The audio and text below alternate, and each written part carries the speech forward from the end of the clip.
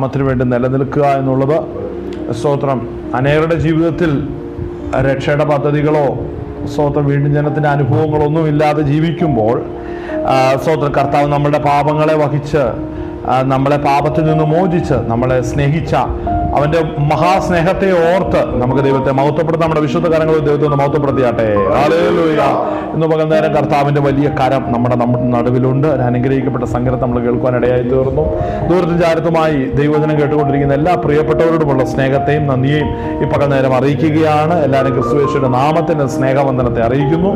സോദരൻ, നമുക്ക് ഇന്ന് പകൽ നേരം ദൈവത്തിന്റെ വചനം, നമ്മളോട് പരിശുദ്ധാത്മാവ് ഇടപെടുന്ന വചനങ്ങളെ നമുക്ക് ഇന്ന് പകൽ നേരം കേൾക്കുവാൻ ഇടയാകാം.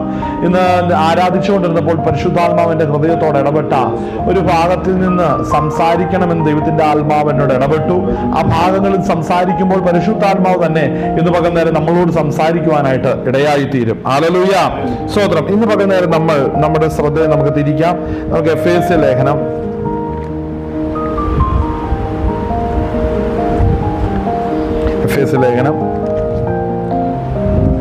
അതിന്റെ 6-ാം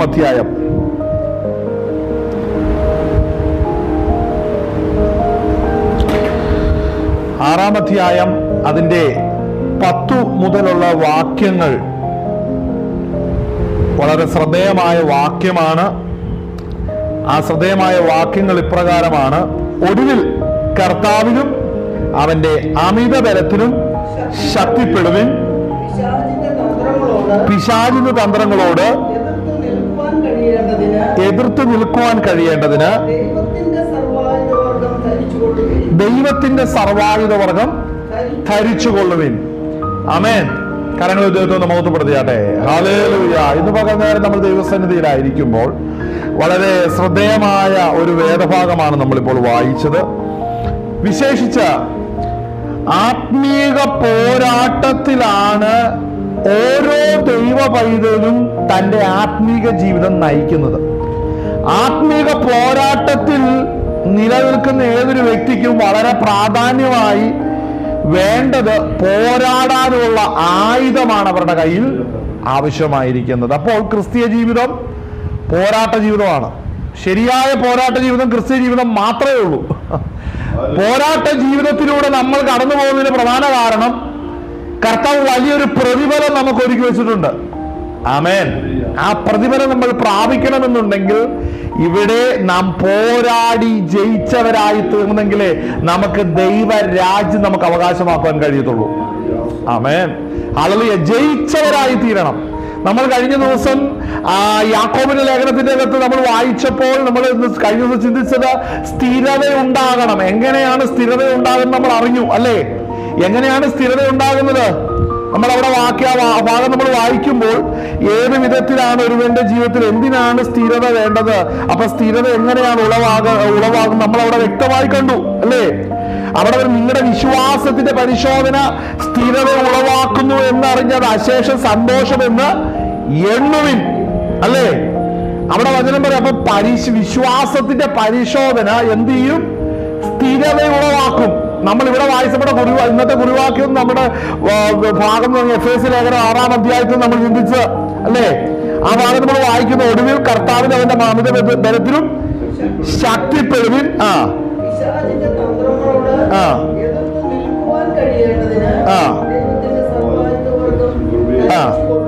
അതായത് പിശാചിന്റെ തന്ത്രങ്ങളോട് എതിർത്ത് നിൽക്കുവാൻ. അപ്പോൾ ഒരു കാര്യമുണ്ട്. അപ്പോൾ നമ്മൾ ഇത് എതിർപ്പ് നമ്മുടെ ജീവിതത്തില് സ്തോത്രം നമ്മുടെ ജീവിതത്തിൽ വരുന്നതിനൊരു കാരണം എന്തുകൊണ്ടാണ്? സ്തോത്രം നമ്മൾ അതിനോട് എതിർത്ത് നിൽക്കാൻ നമുക്ക് കഴിവ് ഉണ്ടാകണം. ആമേൻ. അപ്പോൾ ഈ പോരാട്ടം എന്ന് പറയുമ്പോൾ നമ്മൾക്ക് പലർക്കും അതൊരു എന്താ പറയുന്ന ഒരു രസം. ഇതൊക്കെ വെറുതെ പറയുന്ന പോരാട്ടമൊന്നും ഇല്ല, അങ്ങനെയൊക്കെ അത് വെറുതെ പറയാം. ചില പാസ്റ്റർമാർക്ക് മാത്രം ഇത് വെറുതെ മറ്റുള്ളവരെ പേടിപ്പിക്കാൻ വേണ്ടി പറയുന്നതെന്നാണ് പറയുന്നത്. പക്ഷേ യഥാർത്ഥമായി വീണ്ടും ജനനം പ്രാപിച്ച ഒരു വ്യക്തിയാണെങ്കിൽ, അവനെ കുറിച്ച് ദൈവം ഒരു പദ്ധതി ഇട്ടിട്ടുണ്ടെങ്കിൽ സത്യമായിട്ടും പറയാം അവന്റെ ജീവിതത്തിൽ പോരാട്ടമുണ്ട്. കാരണം പോരാട്ടമുണ്ട് ഉണ്ടാകുന്ന എന്തിനാണ്? നമ്മുടെ ജീവിതത്തിൽ പരീക്ഷ കടന്നു വരുന്നതിന് കാരണം നമ്മളിൽ സ്ഥിരത ഉളവാകുവാനാണ്. അപ്പൊ നമ്മെ സ്ഥിരപ്പെടുത്തുന്ന എങ്ങനെയാണ്? ഹല്ലേലൂയ. മനസ്സിലാക്കണം. നമ്മൾ എന്താ ഈ മൃഗങ്ങളെയൊക്കെ നമ്മൾ നോക്കുമ്പോൾ അതിന്റെ കുഞ്ഞുങ്ങളെ, നടക്കാത്ത കുഞ്ഞുങ്ങളാണ് എന്നെ നടത്തുന്നത് എങ്ങനെയാണെന്നറിയാം. പറക്കാത്ത കുഞ്ഞുങ്ങളെ അതിനെ പറപ്പിക്കുന്നത് എങ്ങനെയാണെന്ന് അതിന്റെ തള്ളയ്ക്ക് നല്ലപോലെ അറിയാം. അങ്ങനെയാണ് നമ്മുടെ കർത്താവിന് അറിയാം നമ്മെ എങ്ങനെ നടത്തണമെന്ന്.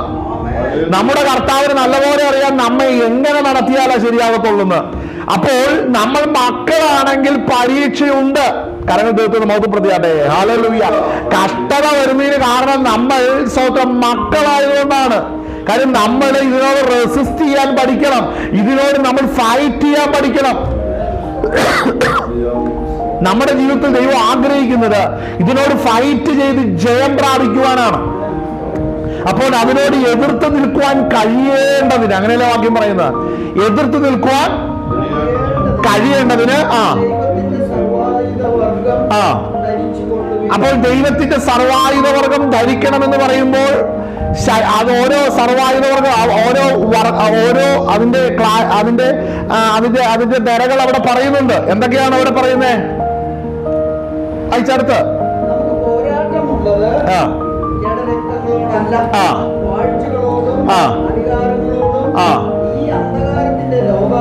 ഈ അന്ധകാരത്തിന്റെ ലോകാധിപതികളോടും അപ്പൊ ഈ കാറ്റഗറിയിൽപ്പെട്ട എല്ലാ പോരാടുന്ന ഈ വാഴ്ചകളോടും അധികാരങ്ങളോടൊക്കെ നമുക്ക് ഈ ഭൂമിയിൽ ഇരുന്ന് പോരാടാൻ പറ്റും. നമ്മളിവയെ കണ്ടിട്ട് പോലും ഇല്ല. കണ്ടിട്ടുണ്ടോ? ഏതെങ്കിലും പിശാച് വീടിന്റെ പുറകെ വന്നിരിക്കുന്നത് കണ്ടിട്ടുണ്ടോ? ഏതെങ്കിലും പിശാച് സെമിത്തേരിയിൽ ഇരിക്കുന്നത് കണ്ടിട്ടുണ്ടോ? ഉണ്ടോ? പിന്നെ എവിടെയാ പിശാച് എവിടെ ഇരിക്കുന്നേ? അല്ലേ?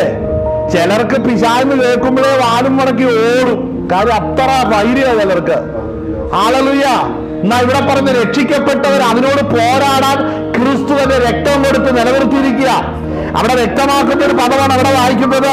അത് 11 പിശാചിന്റെ തന്ത്രങ്ങളോട് എതിർത്ത് നിൽക്കുവാൻ കഴിയേണ്ടതിന്. അപ്പോൾ പലപ്പോഴും നമ്മുടെ പ്രാർത്ഥനയുടെ തീവ്രതകൾ കൂടുകയും കുറയും ചെയ്യുന്നത് എപ്പോഴാണെന്നറിയാമോ? ഇതിന്റെ എതിർപ്പ് വരുമ്പോൾ, എതിർപ്പിന്റെ കാഠിന്യത്തിന്റെ കൂടുതലിലും കുറവിലുമാണ് നമ്മൾ പലപ്പോഴും ഭാരപ്പെടുന്നത്. ഇതിനെ ഡിഫെൻഡ് ചെയ്യാനാണ് ഭാരപ്പെടുന്നത്. അല്ലേ? ഹല്ലേലൂയ. വളരെ ശക്തമായൊരു ഫോഴ്സാ വരുന്നെങ്കിൽ ആ നിലവാരത്തിലുള്ള പവർ നമ്മളിൽ ഉണ്ടെങ്കിലേ പറ്റത്തുള്ളൂ. ഹല്ലേലൂയ. അപ്പോൾ ഇന്ന് പകർന്നേരം നമുക്ക് മനസ്സിലാക്കാം, നമ്മളിൽ ദൈവശക്തി ഇന്ന് പകർന്നേരം ഇറങ്ങി ചില മേഖലകളോട് പോരാടുവാൻ പരിശുദ്ധാത്മാവ് നമ്മളെ സജ്ജമാക്കുകയാണ്. ഹല്ലേലൂയ. ഹല്ലേലൂയ. നമുക്ക് പോരാട്ടം ഉണ്ടെന്നേ, നമ്മൾ പോരാടാനാ നിൽക്കുന്നേ. ഹല്ലേലൂയ. നമ്മൾ ജഡരക്തങ്ങളോടല്ല, AK-47 പീരങ്കിയും അല്ലെ പിന്നെ എന്നാ ജെറ്റ് വിമാനം ഒന്നും വെച്ചല്ല ആരെയും കൊല്ലുന്നു. പിന്നെ എങ്ങനെ വെക്കുന്നത്? ഇത് മനുഷ്യനെ കൊല്ലുന്ന കാര്യമല്ല പറയുന്നേ. പിന്നെ എങ്ങനെയാ? സ്വതം നമ്മുടെ മർത്യ കണ്ണുകൾക്ക് കാണുവാൻ കഴിയാത്ത ഒരു ആധിപത്യ ശക്തി സ്വതന്ത്ര വാനമണ്ഡലങ്ങളിലുണ്ട്. ആ വാനമണ്ഡലങ്ങളിലുള്ള വൈശാചിക ശക്തികൾ ഭൂമിയിൽ തന്റെ രക്തത്താൽ വീണ്ടെടുക്കപ്പെട്ട ദൈവമക്കളോട് ആത്മമണ്ഡലത്തിൽ പോരാടുവാനിടയാകും. ആ പോരാട്ട മണ്ഡലങ്ങളെയാണ് നമ്മൾ ആത്മശക്തിയാൽ ജയിക്കേണ്ടത്. നമ്മൾ ഇന്ന് പകല് പാടി ആരാധിച്ച എന്താണ്? പരിശുദ്ധാത്മാവേ ശക്തി പകരണമേ, അവിടുത്തെ ബലം ഞങ്ങൾക്ക് ആവശ്യമെന്ന് കർത്താവെ നീ അറിയുന്നു. എന്താ കാരണം? കർത്താവ് കണ്ടിട്ടുണ്ട് നമ്മളോട് എതിർക്കുന്നവന്റെ ശക്തിയും അവന്റെ ബലമൊക്കെ നല്ലപോലെ അറിയാം. എന്നാൽ കർത്താവ് നമ്മോടുകൂടെ ഉണ്ട്, നമ്മളെ ഫൈറ്റ് ചെയ്യിപ്പിക്കുക. ഹല്ലേലൂയ. മനസ്സിലാക്കണം, നമ്മൾ മനസ്സിലാക്കണം. ഈ എന്താ കൊച്ചു കുഞ്ഞുങ്ങളെയൊക്കെ കൊണ്ടുവന്ന് ഈ നമ്മൾ മാർഷൽ ആർട്സ് ഒക്കെ പഠിക്കുമ്പോഴേ എന്താ പറയുന്നത്, ആയോധന കലകളൊക്കെ പഠിക്കുന്ന സമയത്ത് എനിക്കറിയുന്ന കാര്യമുണ്ട്. കൊച്ചു കുഞ്ഞുങ്ങളെ കൊണ്ടുവരുമ്പോ അല്ലെങ്കിൽ പല ബെൽറ്റുകളുണ്ട്. വൈറ്റ് ഉണ്ട്, യെല്ലോ ഉണ്ട്, green, white, yellow, green, orange, brown, black, ഇതാണ് ഇതിന്റെ സിസ്റ്റം. ഇപ്പം വൈറ്റ് ബെൽറ്റ് പ്രാപിച്ചിരിക്കുന്ന വ്യക്തിക്ക് അതിന് ബേസിക് ആയിട്ടുള്ള ബ്ലോക്കുകളും കിക്കുകളും കട്ടാസൊക്കെ അതിനനുസരിച്ചാണ് പഠിപ്പിക്കുന്നത്. അപ്പോ ആ ബ്ലോക്കുകളാകട്ടെ, കിക്കുകളാകട്ടെ, സ്റ്റെപ്സുകളാകട്ടെ, ഇതെല്ലാം അടുത്ത ബെൽറ്റിലേക്ക് വരുമ്പോഴത്തേനും അതിനേക്കാളും കൂടുതൽ കിക്കുകളും ബ്ലോക്കുകളും എല്ലാം പഠിച്ചാൽ അടുത്ത ബെൽറ്റ് കിട്ടത്തുള്ളൂ. ഹല്ലേലൂയ. ഹല്ലേലൂയ. നമ്മൾ ഏത് ബെൽറ്റാ കിട്ടിയേക്കുന്നത് നമുക്ക് അറിയത്തില്ല, എന്റെ കർത്താവിനറിയാം. മനസ്സിലാകുന്നുണ്ടോ? നമ്മൾ ഡിഫെൻഡ് ചെയ്യുന്നു. അപ്പൊ ഞാൻ പറഞ്ഞു വരുന്നത്, വൈറ്റ് ബെൽറ്റുകാരനോട് വൈറ്റ് ബെൽറ്റുകാരനുമായിട്ട് അടി ഉണ്ടാകത്തുള്ളൂ. അവർ രണ്ടുപേരെ വിളിക്കും അല്ലേ. അവസാനം ഈ നമ്മളുടെ ഈ ഇതിനുള്ള അതായത് ഈ പഠിച്ചിരിക്കുന്ന എല്ലാ കാര്യങ്ങളെല്ലാം അതിന്റെ സിസ്റ്റമാറ്റിക് ആയിട്ട് ചെയ്തിട്ട് അതിന്റെ ലാസ്റ്റ് സ്റ്റേജ് ആണ് ഫൈറ്റ് ചെയ്യുക എന്നുള്ളത്. അപ്പൊ ആ ഫൈറ്റിങ്ങിന്റെ സമയത്ത് അതിന് മറന്നുപോയി ഒത്തിരി കാര്യങ്ങളുണ്ടായിരുന്നു. അപ്പൊ അതിന്റെ അവസാന സമയത്ത് വൈറ്റ് ബെൽറ്റുകാരനെ ഇവിടെ വിളിക്കും, അവിടുത്തെ വൈറ്റ് ബെൽറ്റുകാരനെ. അവർ പഠിച്ചത് അവിടെ അഭ്യസിക്കുക ചെയ്യുന്നത്. അപ്പൊ അതിന്റെ നടുവിൽ ഒരു കണ്ടക്ട് ചെയ്യുന്ന ഒരു വ്യക്തിയുണ്ട്. കണ്ടക്ട് ചെയ്യുന്ന വ്യക്തി ബ്ലാക്ക് ബെൽറ്റുകാരനാ. വൈറ്റ് ബെൽറ്റുകാരൻ തമ്മിൽ അടിക്കുമ്പോ ബ്ലാക്ക് ബെൽറ്റുകാരനാണ് അതിന്റെ നടുവില്. മനസ്സിലാവുന്നുണ്ടോ? അങ്ങനെയാണ് സകലത്തെയും ജയിച്ചതിന്റെ നടുവിലുണ്ട്. അവൻ വലിയ ആയുധം എടുക്കുമ്പോ പറയും, നീ അത് എടുക്കണ്ട, എന്റെ കൊച്ചു പഠിച്ചു വരുന്നേ ഉള്ളൂ, നിന്നെ അടിക്കാനാ അവനെ ഞാൻ നിർത്തിയേക്കുന്നത്. മനസ്സിലാവുന്നുണ്ടോ? ഇങ്ങനെയൊക്കെ ചില കാര്യങ്ങൾ ആത്മീക മേഖലകളിലുണ്ട്. ആമേൻ. കരം തീർത്ത് മാത്രം പ്രതിയാട്ടെ. ഹല്ലേലൂയ. ഒരു കാര്യം ഞാൻ പറയാം, നമുക്ക് വേണ്ടി രക്തം കൊടുത്ത് വീണ്ടെടുത്ത ഒരുവൻ നമ്മളോടുകൂടെ നിൽക്കുന്നുണ്ടെങ്കിൽ നമുക്ക് ദോഷമായിട്ടൊന്നും ഭവിക്കുവാൻ എന്റെ കർത്താവ് അനുവദിക്കത്തില്ല. മനസ്സിലാവുന്നുണ്ടോ? ശത്രു എത്ര വെല്ലുവിളിച്ചാലും അതൊക്കെ വെല്ലുവിളിക്കാനേ കഴിയത്തുള്ളൂ. ഹല്ലേലൂയ. ഒന്നും തൊടാൻ പറ്റത്തില്ല. ഈ വലിയ ഇതുപോലുള്ള റെസ്ലിംഗുകൾ നടക്കുന്ന സമയത്ത് ഓപ്പോണന്റ് അലറും പൂവും ബഹളം ഉണ്ടാകും, ഇപ്പൊ ഇതിനെ തീർക്കുന്നു പറയും. പക്ഷെ കാര്യമൊക്കെ ശരിയാ. അവൻ ഇവനെ തല്ലുമ്പോ ഓരോ അടിയും അതിന്റെ നിലവാരത്തിൽ നോക്കുന്ന കണ്ടക്ട് ചെയ്യുന്ന 1, 2, 3 പേർ അവിടെ നിൽപ്പുണ്ട്. അതിലേതെങ്കിലും ഒരു അടിയോ ഒഴിയോ കൃത്യമല്ലാത്ത ലെവല് വന്ന് അവിടെ അവനെ പിടിക്കും. മനസ്സിലാവുന്നുണ്ടോ?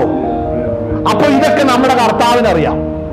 ഇതൊക്കെ നമ്മുടെ കർത്താവിന് കരങ്ങൾ തീർക്കുന്ന മഹത്വപ്പെടുത്തിയാട്ടെ. ഹല്ലേലൂയ. അപ്പോൾ ഇതുപോലെ തന്നെ ഒരു റെസ്ലിംഗ് ആണ് നടക്കുന്നത്, ഇതുപോലെ ഒരു ഫൈറ്റിംഗ് ആണ് നടക്കുന്നത്. അപ്പോൾ നമ്മുടെ സ്റ്റാൻഡേർഡ് അനുസരിച്ചുള്ള ഫൈറ്റിംഗ് അല്ലെങ്കിൽ ആ നിലവാരത്തിലുള്ള റെസ്ലിംഗ് ആണ് അവിടെ നടക്കേണ്ടത്. ഹല്ലേലൂയ. അപ്പം നമ്മുടെ സ്റ്റാൻഡേർഡ് അനുസരിച്ചുള്ള പോരാട്ടത്തിൽ തന്നെ ദൈവം നമ്മളെ നിർത്തുന്നത്. അപ്പോൾ ഇതിന്റെ അവസ്ഥയ്ക്ക് ഞാൻ ആദ്യം പറഞ്ഞല്ലോ, മാർഷൽ ആർട്സിന്റെ അകത്ത് പല സ്റ്റേജിലുള്ള പോലെ വൈറ്റ് ബെൽറ്റ് എടുത്തിരിക്കുന്ന വ്യക്തി വൈറ്റ് ബെൽറ്റുകാരനുമായിട്ട് ഫൈറ്റ് ചെയ്യത്തുള്ളൂ. ഓറഞ്ച് ബെൽറ്റ് പ്രാപിച്ച വ്യക്തി ഓറഞ്ച് ബെൽറ്റുമായിട്ട് ഫൈറ്റ് ചെയ്യത്തുള്ളൂ. അതുപോലെ തന്നെ യെല്ലോ ആണെങ്കിലും ഗ്രീൻ ആണെങ്കിലും, ഞാൻ പറഞ്ഞല്ലോ white, yellow, green, orange, brown, black systematic. ആ ബ്ലാക്ക് ബെൽറ്റ് എത്തിക്കഴിഞ്ഞാൽ പിന്നെ first Dan, second Dan, third Dan, അങ്ങനെ ഡാൻ അനുസരിച്ചാണ് പിന്നെ പോകുന്നത്. അപ്പൊ ഇതൊക്കെ ഓരോ ലെവലാണ്. എന്നാൽ മനസ്സിലാക്കണം, കർത്താവായ യേശു ക്രിസ്തുവിലേക്ക് നമ്മൾ വരുമ്പോൾ, നമുക്ക് പോരാട്ടം ഇടുന്ന പരിശുദ്ധാത്മാവ് നമ്മളെ പഠിപ്പിക്കുമ്പോൾ നമ്മൾ മനസ്സിലാക്കണം, നാം പോരാടുന്ന ഈ ജഡം കൊണ്ടല്ല, ആത്മാവിനാലാണ്. നാം ആത്മാവിൽ ചില പേരുകളെ ജയിക്കുവാൻ ഇടയായിത്തീരും. അപ്പോൾ നമ്മൾ ഈ വചനം വായിക്കുമ്പോൾ നമുക്ക് ഇതിന്റെ കൂടെ നമുക്ക് മറ്റു ചില വചനങ്ങൾ വായിക്കണം. സോ നമ്മൾ അവിടെ വായിച്ചുള്ള പിശാചിന്റെ വചനങ്ങളോട് എതിർത്ത് നിൽക്കുവാൻ കഴിയേണ്ടതിന് ദൈവത്തിന്റെ സർവായുധവർഗം. അടുത്തത്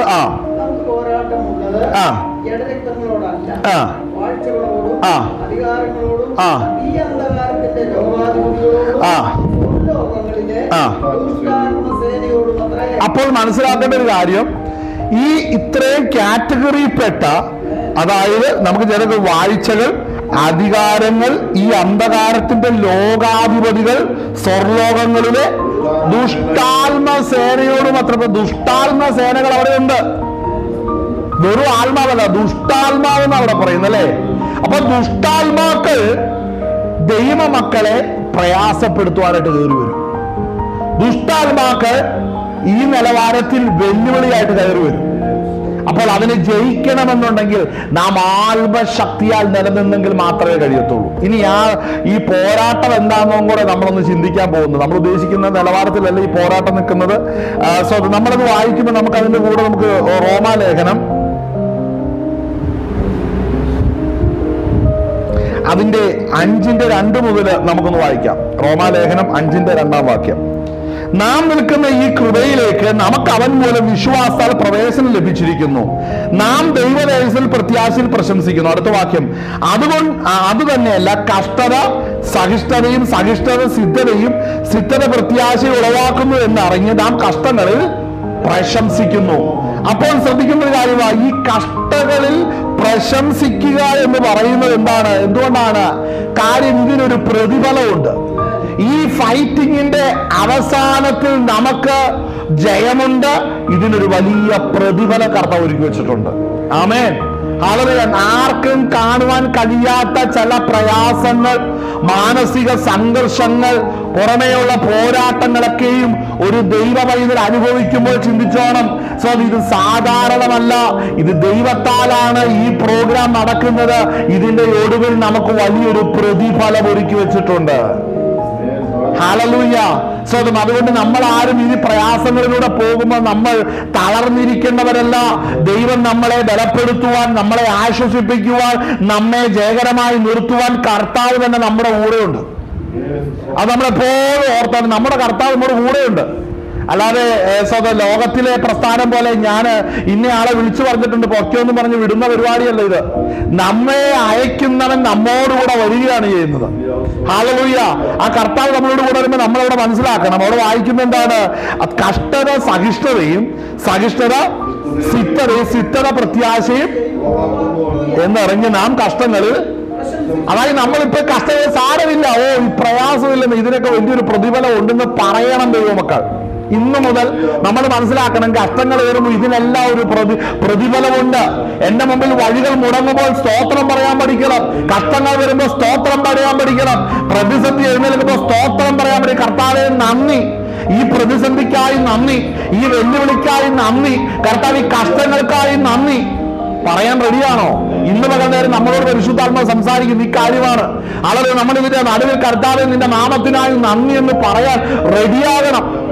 ഹല്ലേലൂയ, ഹല്ലേലൂയ. ചില നേരങ്ങളിൽ നമ്മൾ ഭാരപ്പെട്ടു പോകുമ്പോ കർത്താവ് എന്റെ വേദന ആരും കാണുന്നില്ലേ എന്ന് ചിന്തിച്ചുകൊണ്ട് ഭാരപ്പെട്ട് വായിൽ നിന്ന് പറഞ്ഞ് വീഴാൻ തുടങ്ങുമ്പോൾ അവിടെ അത് നിർത്തിയിട്ട് നമ്മൾ സ്തോത്രം പറയാൻ തുടങ്ങണം. അതിൽ പ്രശംസിക്കണം, ഈ കഷ്ടങ്ങളിൽ പ്രശംസിക്കണം. അടുത്തത് പറയുന്നത്, അടുത്ത വാക്യം എന്ന് വായിക്കുന്നത്, കാരണം പ്രത്യാശയ്ക്കോ ഭംഗം വരുന്നില്ല.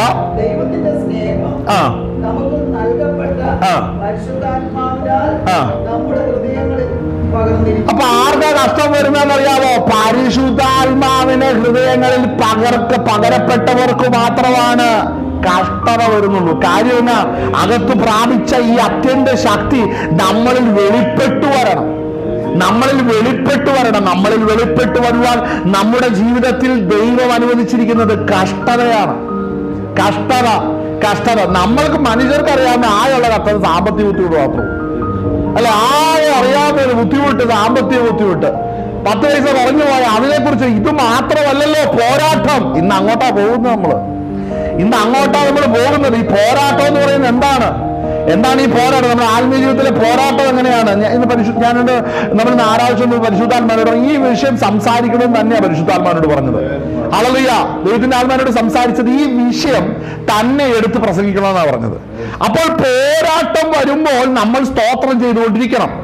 നമ്മൾ ആ പോരാട്ടത്തിലൂടെ കടന്നു പോകുമ്പോൾ നമ്മളിലെ ആത്മീക ശൈശവാവസ്ഥ എന്താണെന്നറിയാവോ? ചെറിയൊരു കഷ്ടം വരുമ്പോൾ ഉടനെ പ്രാർത്ഥി, കർത്താവേ വേഗം ഇത് മാറ്റ്.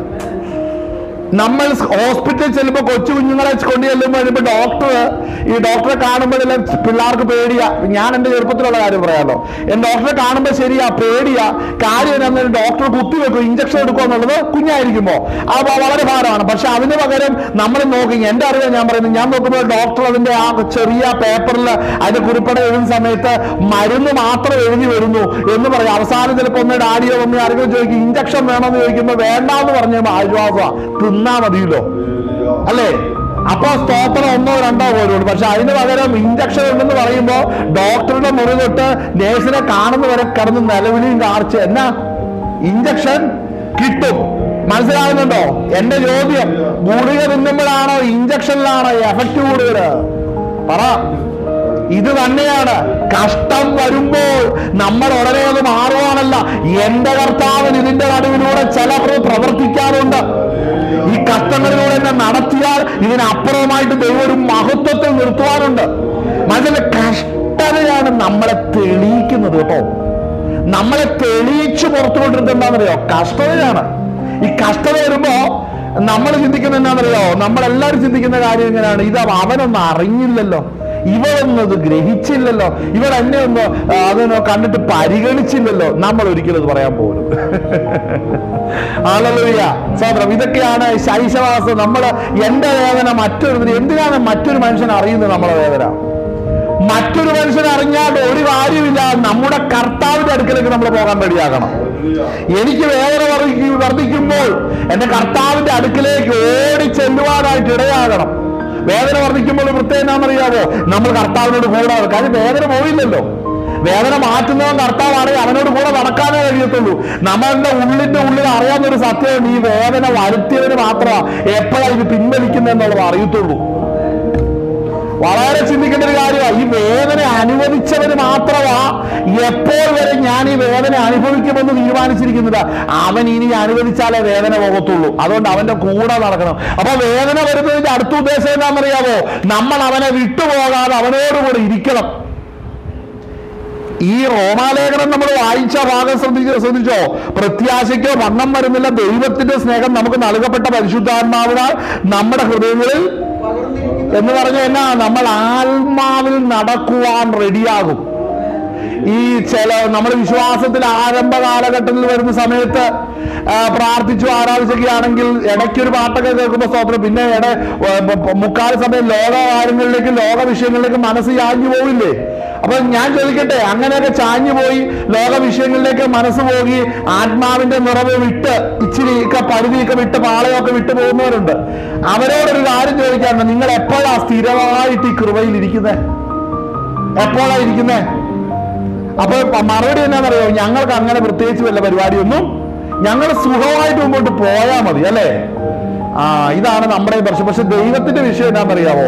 നമ്മുടെ കർത്താവിന്റെ വിഷയം നാം എപ്പോഴും അവന്റെ കൃപയിൽ ഇരിക്കുക എന്നുള്ളതാണ്. അതിനെന്ത് വേണം? കൃപയിലിരിക്കണമെങ്കിൽ നീ കൃപയെ ഓർക്കണമെങ്കിൽ നീ എപ്പോഴും മറക്കാത്തൊരു കാര്യം നിന്റെ ശരീരത്തിൽ വെളിപ്പെടണം. അതെന്നതാ, അത് കഷ്ടത തന്നെയായിരിക്കും. അപ്പോൾ ആ കഷ്ടത തന്നെ വരും. അപ്പൊ ഞാൻ ചോദിക്കും, ഇതൊക്കെ ഞാൻ പറയുന്നതിന് വല്ല തെളിവുണ്ടോ? നല്ല 2 തെളിവ് കിടപ്പുണ്ട്. ഈ 2 തെളിവ് നമുക്കിപ്പോ എടുക്കാം. ഒന്ന്, സ്തോത്രം, നമുക്ക് ഈ ഭാഗം നമ്മൾ പറഞ്ഞു വരുമ്പോൾ നമ്മൾ എഫേസ്യ ലേഖനമാണ് എടുത്തത്, പോരാട്ടത്തെ കുറിച്ചാണ് എടുത്തത്. നമുക്ക് പോരാട്ടമുണ്ട്, അല്ലേ? ഈ പോരാട്ടത്തെ കുറിച്ച് നമ്മൾ പറയുമ്പോൾ നമ്മൾ മനസ്സിലാക്കണം, ഈ കഷ്ടതയും കൂടെ ഇതിന്റെ കൂടെ ചിന്തിച്ചാലേ നമുക്ക് ഈ പോരാട്ടം മനസ്സിലാകത്തുള്ളൂ. പോരാട്ടവും കഷ്ടവും, അല്ലെ, രണ്ടും ഒന്ന് തന്നെയാണ്. അപ്പോൾ ഈ പോരാട്ടവും കഷ്ടവും പോരാട്ടം വരുന്നത് നമ്മൾ തെളിഞ്ഞു വരണം. നമ്മളിത് വായിക്കുമ്പോൾ തന്നെ നമ്മൾ കൊരിന്ത്യർക്ക് എഴുതിയ 2-ാം ലേഖനം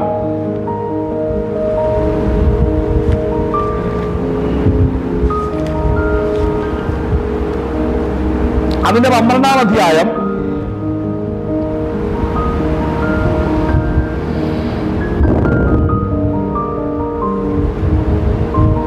അതിന്റെ 7-ാം വാക്യം ഒന്ന് വായിച്ചേ.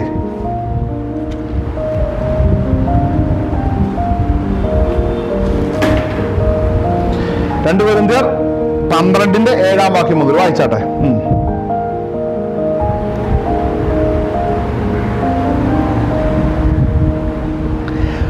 വെളിപ്പാടുകളുടെ ആധിക്യത്താൽ ഞാൻ അതിയായി നിഗളിച്ചു പോകാതിരിക്കുവാൻ എനിക്ക് ജഡത്തിലൊരു ശൂലം തന്നിരിക്കുന്നു.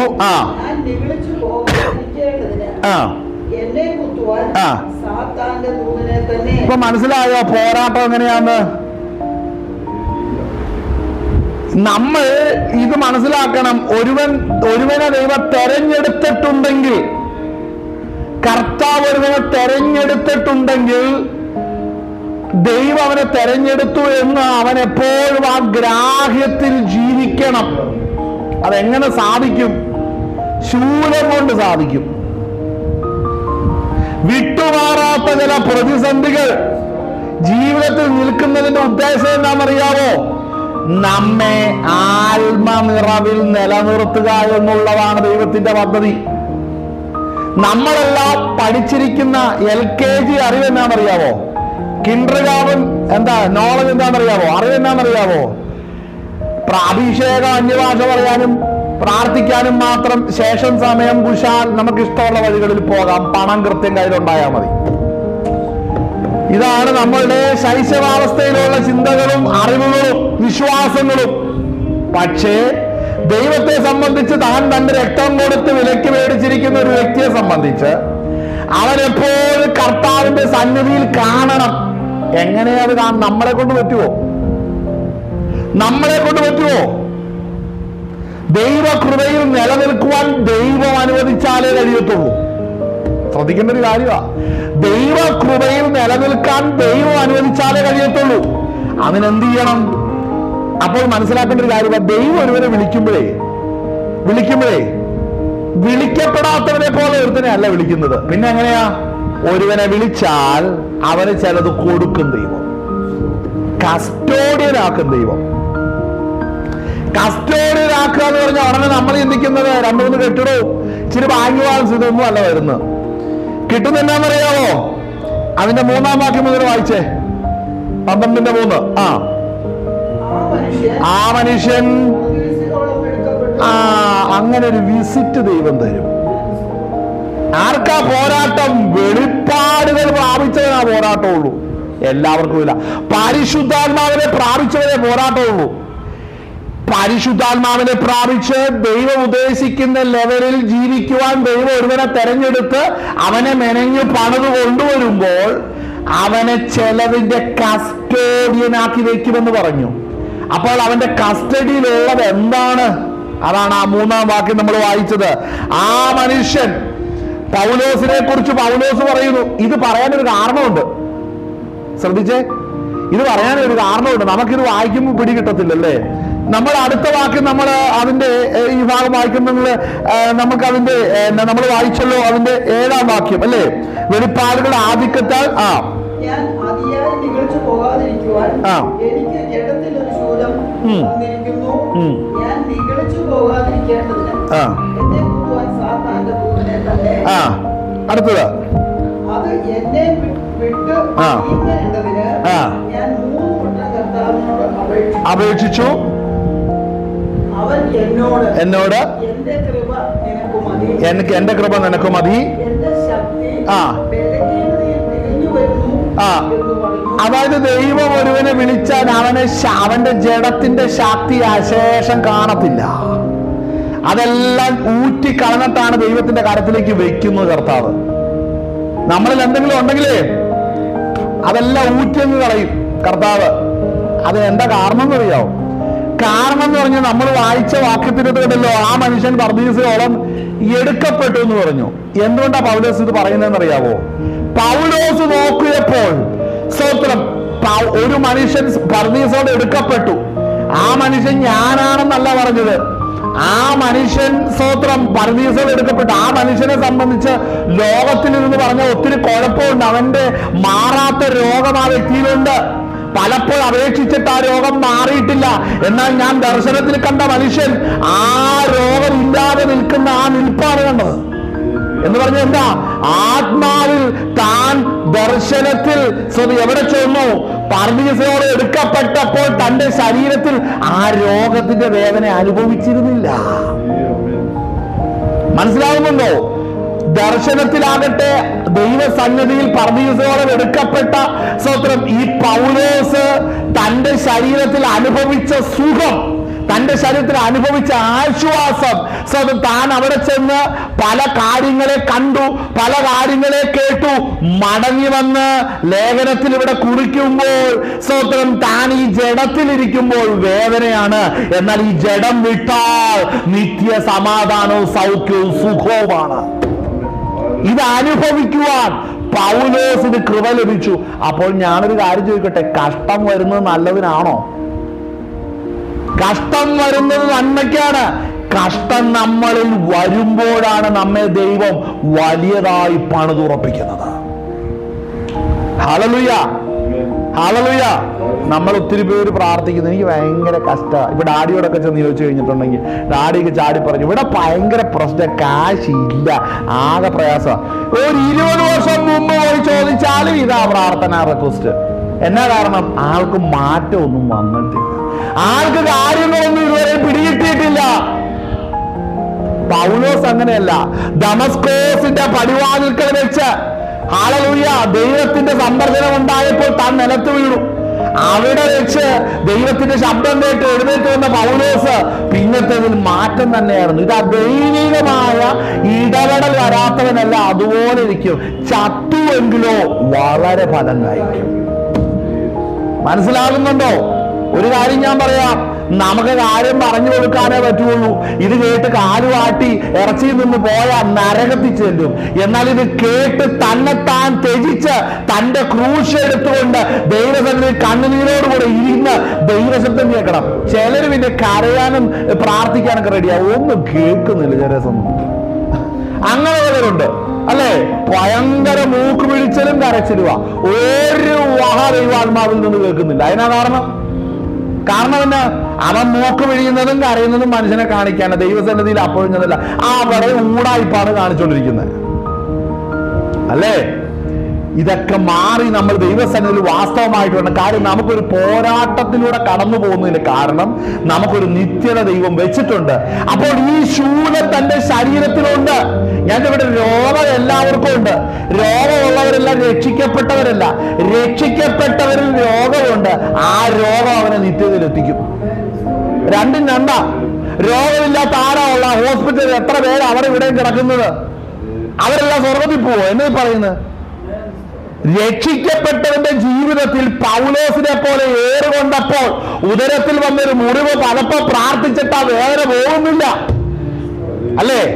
ചില രോഗങ്ങൾ വന്നാൽ പ്രാർത്ഥിച്ചാൽ പോകത്തില്ല, അതങ്ങനെ ഇരിക്കും. കാരണം എന്നാ? നമ്മളെ അക്കരെ നാട്ടി എത്തിക്കണം.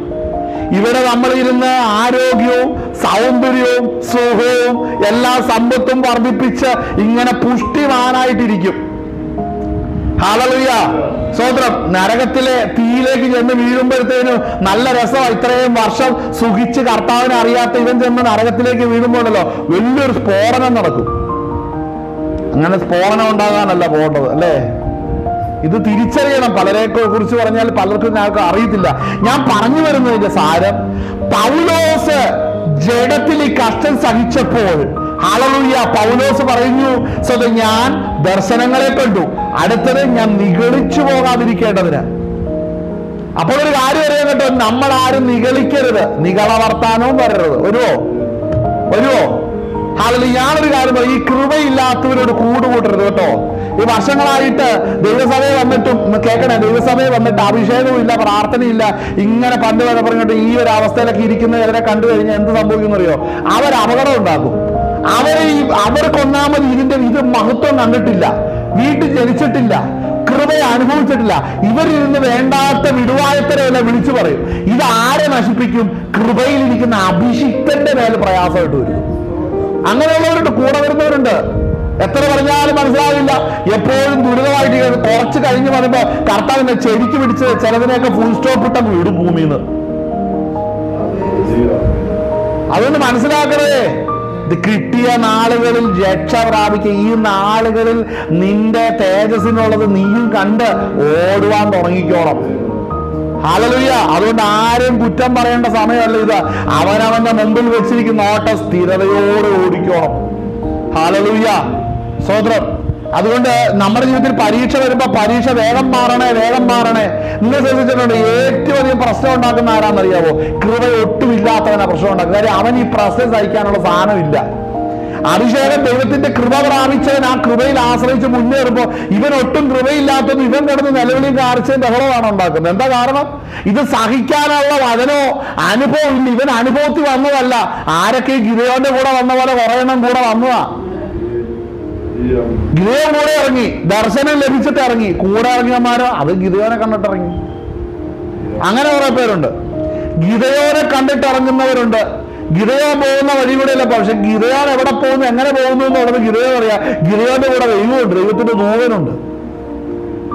കൂടെ ഇറങ്ങിയവരോട് പറഞ്ഞു, നിങ്ങളിൽ മുമ്പോട്ട് പോകാൻ മനസ്സില്ലാത്തവരെല്ലാം പൊയ്ക്കോന്ന് പറഞ്ഞപ്പോ എന്നാ പിന്നെ പോയേക്കാം, ഇതുവരെ നടന്നു, അത് കാര്യമില്ല, പോട്ടെ. അങ്ങനെ പോകുന്നവരുണ്ട് തിരിച്ച്. ഇവരൊന്നും വിശ്വാസത്തിൽ വന്നവരല്ലെന്നേ, ശ്രദ്ധിക്കണം. ഇത്ര നാളായിട്ട് കർത്താവിനെ അനുഭവിക്കാത്ത ഇവർ വിശ്വാസത്തിൽ വന്നിട്ടില്ല.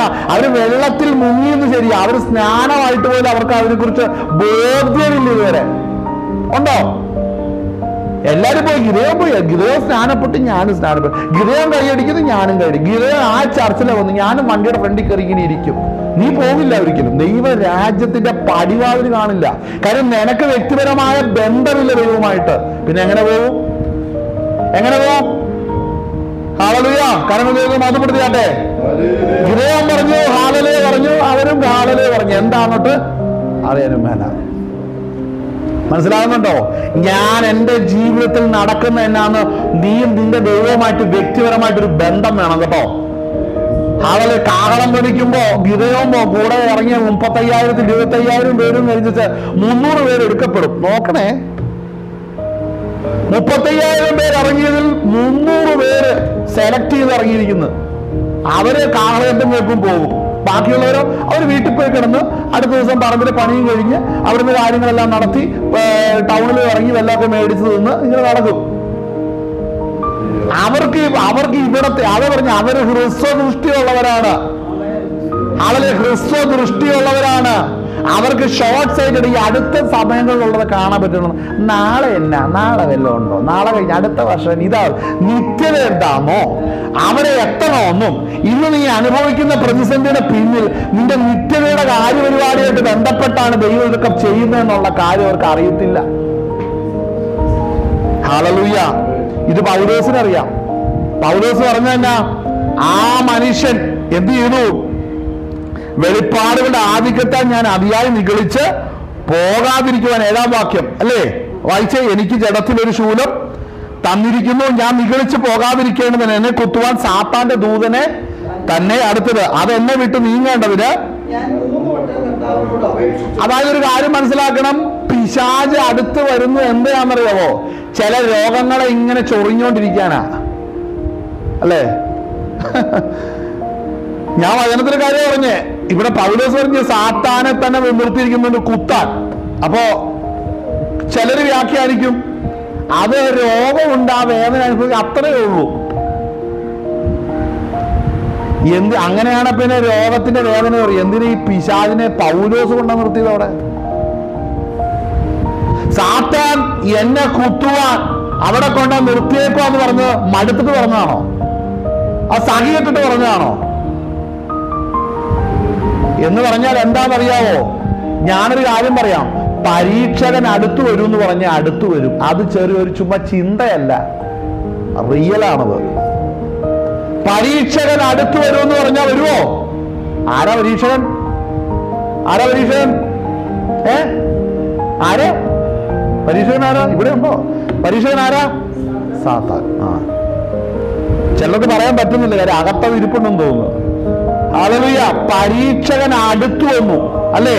കർത്താവായ യേശുക്രിസ്തു സ്നാനമേറ്റ ഉടനെ ആത്മാവ് അവനെ എങ്ങോട്ട് കൊണ്ടുപോയി? മരുഭൂമിയിലേക്ക്. എന്തിനാ? പിശാചിനാൽ പരീക്ഷിക്കപ്പെടേണ്ടതിന്.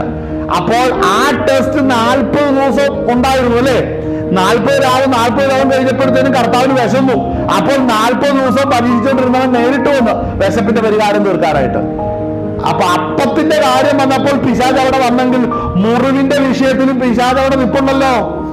അപ്പോൾ അത് വിട്ടു നീങ്ങേണ്ടതിന് എന്താ ഞാൻ പറയട്ടെ, കർത്താവേ ഈ സാത്താന്യ പോരാട്ടം എന്നിൽ നിന്ന് മാറ്റണമെന്ന് പ്രാർത്ഥിച്ചു അല്ലേ? ഈ രോഗാത്മാവിന്റെ പോരാട്ടം എന്റെ ശരീരത്തിൽ നിന്ന് മാറ്റേണ്ടതിനായിട്ട് പ്രാർത്ഥിച്ചു. അപ്പൊ മറുപടി എന്നാ വന്നേ? മറുപടി എന്താ? എന്റെ കൃപ നിനക്കും മതി. അതായത് ഇവൻ കുത്തുമ്പോഴും ഈ കൃപയിലിരിക്കണം. അയ്യോ, അത് ഭയങ്കര പാടുള്ള കാര്യമല്ലേ? പിന്നെ പാടുള്ള കാര്യമല്ലേ? അയ്യോ, നമ്മളോട് ഇങ്ങനെ ചെയ്യുന്നത് വളരെ ക്രൂരമല്ലേ?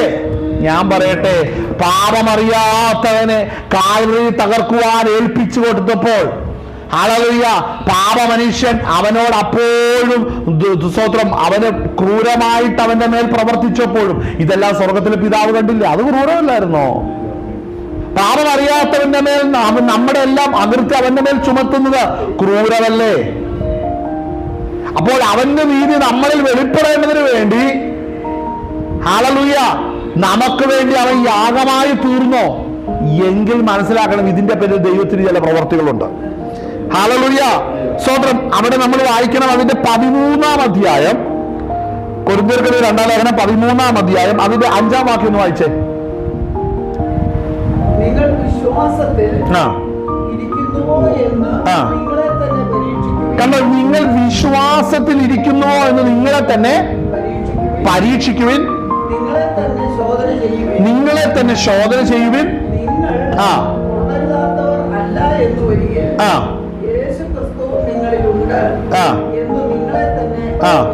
ഇവിടെ ശ്രദ്ധിക്കണം, ഇവിടെ പൗലോസ് പറയുന്ന കാര്യം ശ്രദ്ധിച്ചോ? നിങ്ങൾ വിശ്വാസത്തിൽ ഇരിക്കുന്നു എന്ന് നിങ്ങളെ തന്നെ പരീക്ഷിക്കുവിൻ. ശ്രദ്ധിച്ചു വായിക്കണേ, പരീക്ഷിക്കുവിൻ അല്ലെ? അടുത്ത വാക്യം വായിക്കുന്നത് നിങ്ങളെ തന്നെ ശോധന ചെയ്യുവിൻ. അപ്പൊ ഇതൊക്കെ നമ്മൾ ചെയ്യേണ്ട കാര്യമുണ്ടോ? വിൻസെന്റ് കൃപയിലാണ് ഇരിക്കുന്നതെന്ന് ഞാൻ എന്നെ തന്നെ പരിശോധിക്കണം.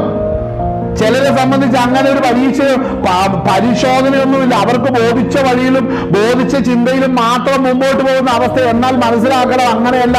ക്രിസ്തീയ ജീവിതത്തിൽ നമ്മൾ കൃപയിലാണോ ഇരിക്കുന്നത് നമ്മളെ തന്നെ പരീക്ഷിക്കണം. ഇതെങ്ങനെയൊക്കെ ചെയ്തിട്ടുണ്ടോ? ഞാൻ പരിശുദ്ധാത്മാവിന്റെ കൃപയ്ക്കൊത്തവണ്ണമാണോ ഇരിക്കുന്നതെന്ന് പരീക്ഷിച്ചിട്ടുണ്ടോ? എന്നിൽ വചനം വ്യക്തമായി വെളിപ്പെടുന്നുണ്ടോ എന്ന് പരിശോധിച്ചിട്ടുണ്ടോ? ഹല്ലേലൂയ. എന്നിൽ ആത്മാവിന്റെ ഫലമാണോ വർദ്ധിച്ചു വരുന്നത്, അതോ ജഡത്തിന്റെ ഫലമാണോ വർദ്ധിച്ചു വരുന്നതെന്ന് പരിശോധിച്ചിട്ടുണ്ടോ? ഇതിന്റെയൊക്കെ ആവശ്യമുണ്ടോന്നേ ഇങ്ങനെ ചില രീതിക്കുന്നത്. അവിടെ നമ്മൾ ഇടപെടുന്നുള്ളത് നിൽക്കുന്നു, ചിന്തിച്ചു വെക്കുന്നത്. പക്ഷേ പൗലോസ് പറയുന്നത് ശ്രദ്ധിച്ചോ, ഇത് പരിശോധിക്കണം. ഓടുന്നവരാണെങ്കിൽ പരിശോധിക്കണം. നീ അടിക്കടി പാപം ചെയ്തിട്ടാണോ ഇരിക്കുന്നതെങ്കിൽ നിന്റെ ഈ പോക്ക് ശരിയാകത്തില്ല. ഇത് പരിശോധിക്കണം. നിന്റെ വായിലെ വാക്കുകൾ പരിശോധിക്കണം. നിന്റെ നോട്ടം പരിശോധിക്കണം. നീ എന്താണ് കൂടുതൽ കേട്ടുകൊണ്ടിരിക്കുന്നത് അത് പരിശോധിക്കണം. നീ ആരുമായിട്ടാണ് കൂടുതൽ ഇടപെട്ടുകൊണ്ടിരിക്കുന്നത്, അവരിൽ ക്രിസ്തു ഉള്ളവരാണോ ക്രിസ്തു ഇല്ലാത്തവരാണോ, ഇത് പരിശോധിക്കണമെന്ന് പറഞ്ഞിട്ടുണ്ടെങ്കിൽ അതിന്റെ പിന്നിൽ കാര്യമായ കാരണമുണ്ട്. അടുത്ത ഭാഗം വായിച്ച് തുറന്ന് വായിച്ച എന്താണെന്നും കൂടെ അറിയാം.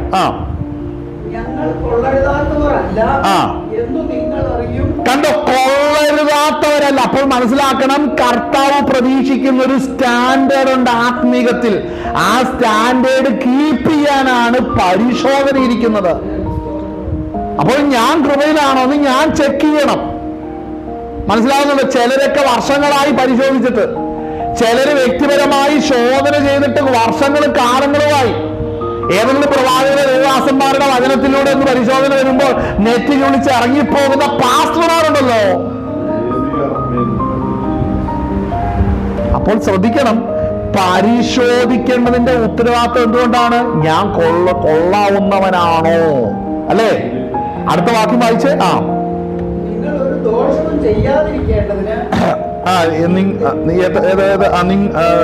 ഉണ്ട്. അതിന്റെ 5-ാം വാക്യം വായിക്കുന്നത്, നിങ്ങൾ കൊള്ളരുതാത്തവനല്ല എന്ന് വരികിൽ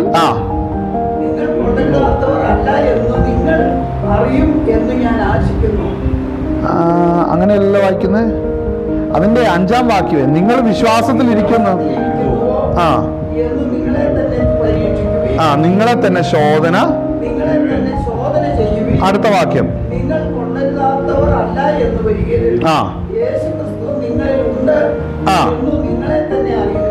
യേശു ക്രിസ്തു നിങ്ങളിൽ ഉണ്ട് എന്ന്. അപ്പോൾ ശ്രദ്ധിക്കുന്ന ഒരു കാര്യമാണ് സ്തോത്രം. അവിടെ മനസ്സിലാക്കണം, അവിടെ സ്തോത്രം നമ്മൾ കൃപയിൽ ഇരിക്കുന്നോ അല്ലെ? യേശു ക്രിസ്തു നിങ്ങളുണ്ട് എന്ന് നിങ്ങളെ തന്നെ അറിയുന്നില്ല. അപ്പൊ കർത്താവ് മഹത്വത്തിന്റെ പ്രത്യാശയെ ക്രിസ്തു നിങ്ങൾ ഇരിക്കുന്നു എന്ന് അറിയുന്നില്ലയോ എന്ന് ചോദിക്കുമ്പോൾ ഇവിടെ വീണ്ടും ചോദിക്കുന്ന, ക്രിസ്തു നിങ്ങൾ ഇരിക്കുന്നു നിങ്ങൾ അറിയുന്നില്ല. അപ്പൊ നമ്മളിൽ ക്രിസ്തു ഇരിക്കുന്ന അനുഭവം ഉള്ളതാണ് രക്ഷിക്കപ്പെട്ടവൻ. നമ്മൾ അറിയുന്നുണ്ടോ? നമുക്ക് ഇഷ്ടമുള്ളതെല്ലാം പറഞ്ഞിട്ട് നമ്മൾ പറഞ്ഞിട്ട് യേശു എന്നിലുണ്ടെന്ന് പറഞ്ഞാൽ അതുപോലെ വലിയ പോസ്റ്റ് വേറൊന്നുമില്ല. കർത്താവ് നമ്മളിൽ ഉണ്ടെങ്കിൽ നമ്മൾ പരിശോധിക്കും. കർത്താവിന്റെ സാന്നിധ്യം നമ്മൾ ഉണ്ടോ എന്ന് പരിശോധിക്കണം. കർത്താവായ യേശു ക്രിസ്തുവിന്റെ സാന്നിധ്യം ഞാൻ പോകുന്നിടത്തുണ്ടോ എന്ന് പരിശോധിക്കണം.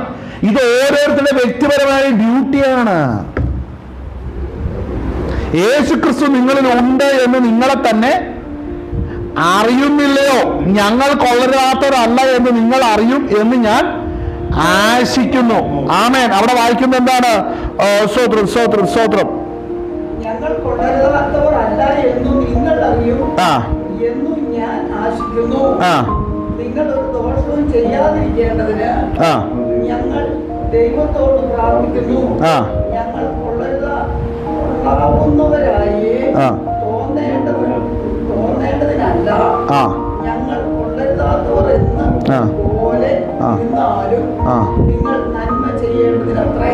ആമേൻ. സ്തോത്രം. അപ്പോൾ ശ്രദ്ധിക്കണം, ഇതെന്തിനാണ് ഇതൊക്കെ സംഭവിക്കുന്നത്? അവിടെ വായിക്കുന്ന അതിന്റെ 1 മുതൽ വായിക്കുമ്പം, ഈ 3 പ്രാവശ്യം ഞാൻ നിങ്ങളുടെ അടുക്കൽ വരുന്നു, 2-3 സാക്ഷികളുടെ വാമൊഴി ഏത് കാര്യം ഉറപ്പാക്കും. ഞാൻ 2-ാം പ്രാവശ്യം നിങ്ങളുടെ ഇടയിൽ ഇരുന്നപ്പോൾ ഞാൻ വീണ്ടും വന്നാൽ ക്ഷമിക്കുകയില്ല എന്ന് പറഞ്ഞതുപോലെ ഞാൻ ഇപ്പോൾ ദൂരത്തിരുന്നു കൊണ്ട് ആ പാപം ചെയ്തവരോട് മറ്റെല്ലാവരോടും മുൻകൂട്ടി പറയുന്നു. ക്രിസ്തു എന്നിൽ സംസാരിക്കുന്നു എന്നതിന് നിങ്ങൾ തുമ്പ് അന്വേഷിക്കുന്നുവല്ലോ. അപ്പൊ കൊരിന്ത്യരുടെ ഒരു പ്രശ്നം എന്താണെന്നറിയോ? അവൻ കൃപയിലൊന്നും അല്ലെന്നേ സംസാരിക്കുന്നത്, അവൻ ദൈവാത്മാവിലൊന്നും അല്ലെന്നേ സംസാരിക്കുന്നത്. ഇത് പറയുമ്പോൾ സൂക്ഷിക്കണം. എന്തുകൊണ്ടാണെന്നറിയാവോ? ആ വ്യക്തി ദൈവകൃപയിലാണ് സംസാരിക്കുന്നത് അല്ലയോ എന്ന് ചോദിക്കുന്നതിന് മുമ്പ് നീ കൃപയിലാണോ അല്ലയോ ഇരിക്കുന്നത് എന്ന് നീ പരിശോധിച്ചോണം. ഹല്ലേലൂയ. ചിലര് അവന്റെ ഹൃദയത്തിലെ, അവന്റെ ജഡത്തിലെ താല്പര്യപ്രകാരം അല്ലെങ്കിൽ ജഡത്തിന്റെ നിരൂപണം അനുസരിച്ച് അങ്ങോട്ട് വായി വരുന്നു പറയുക.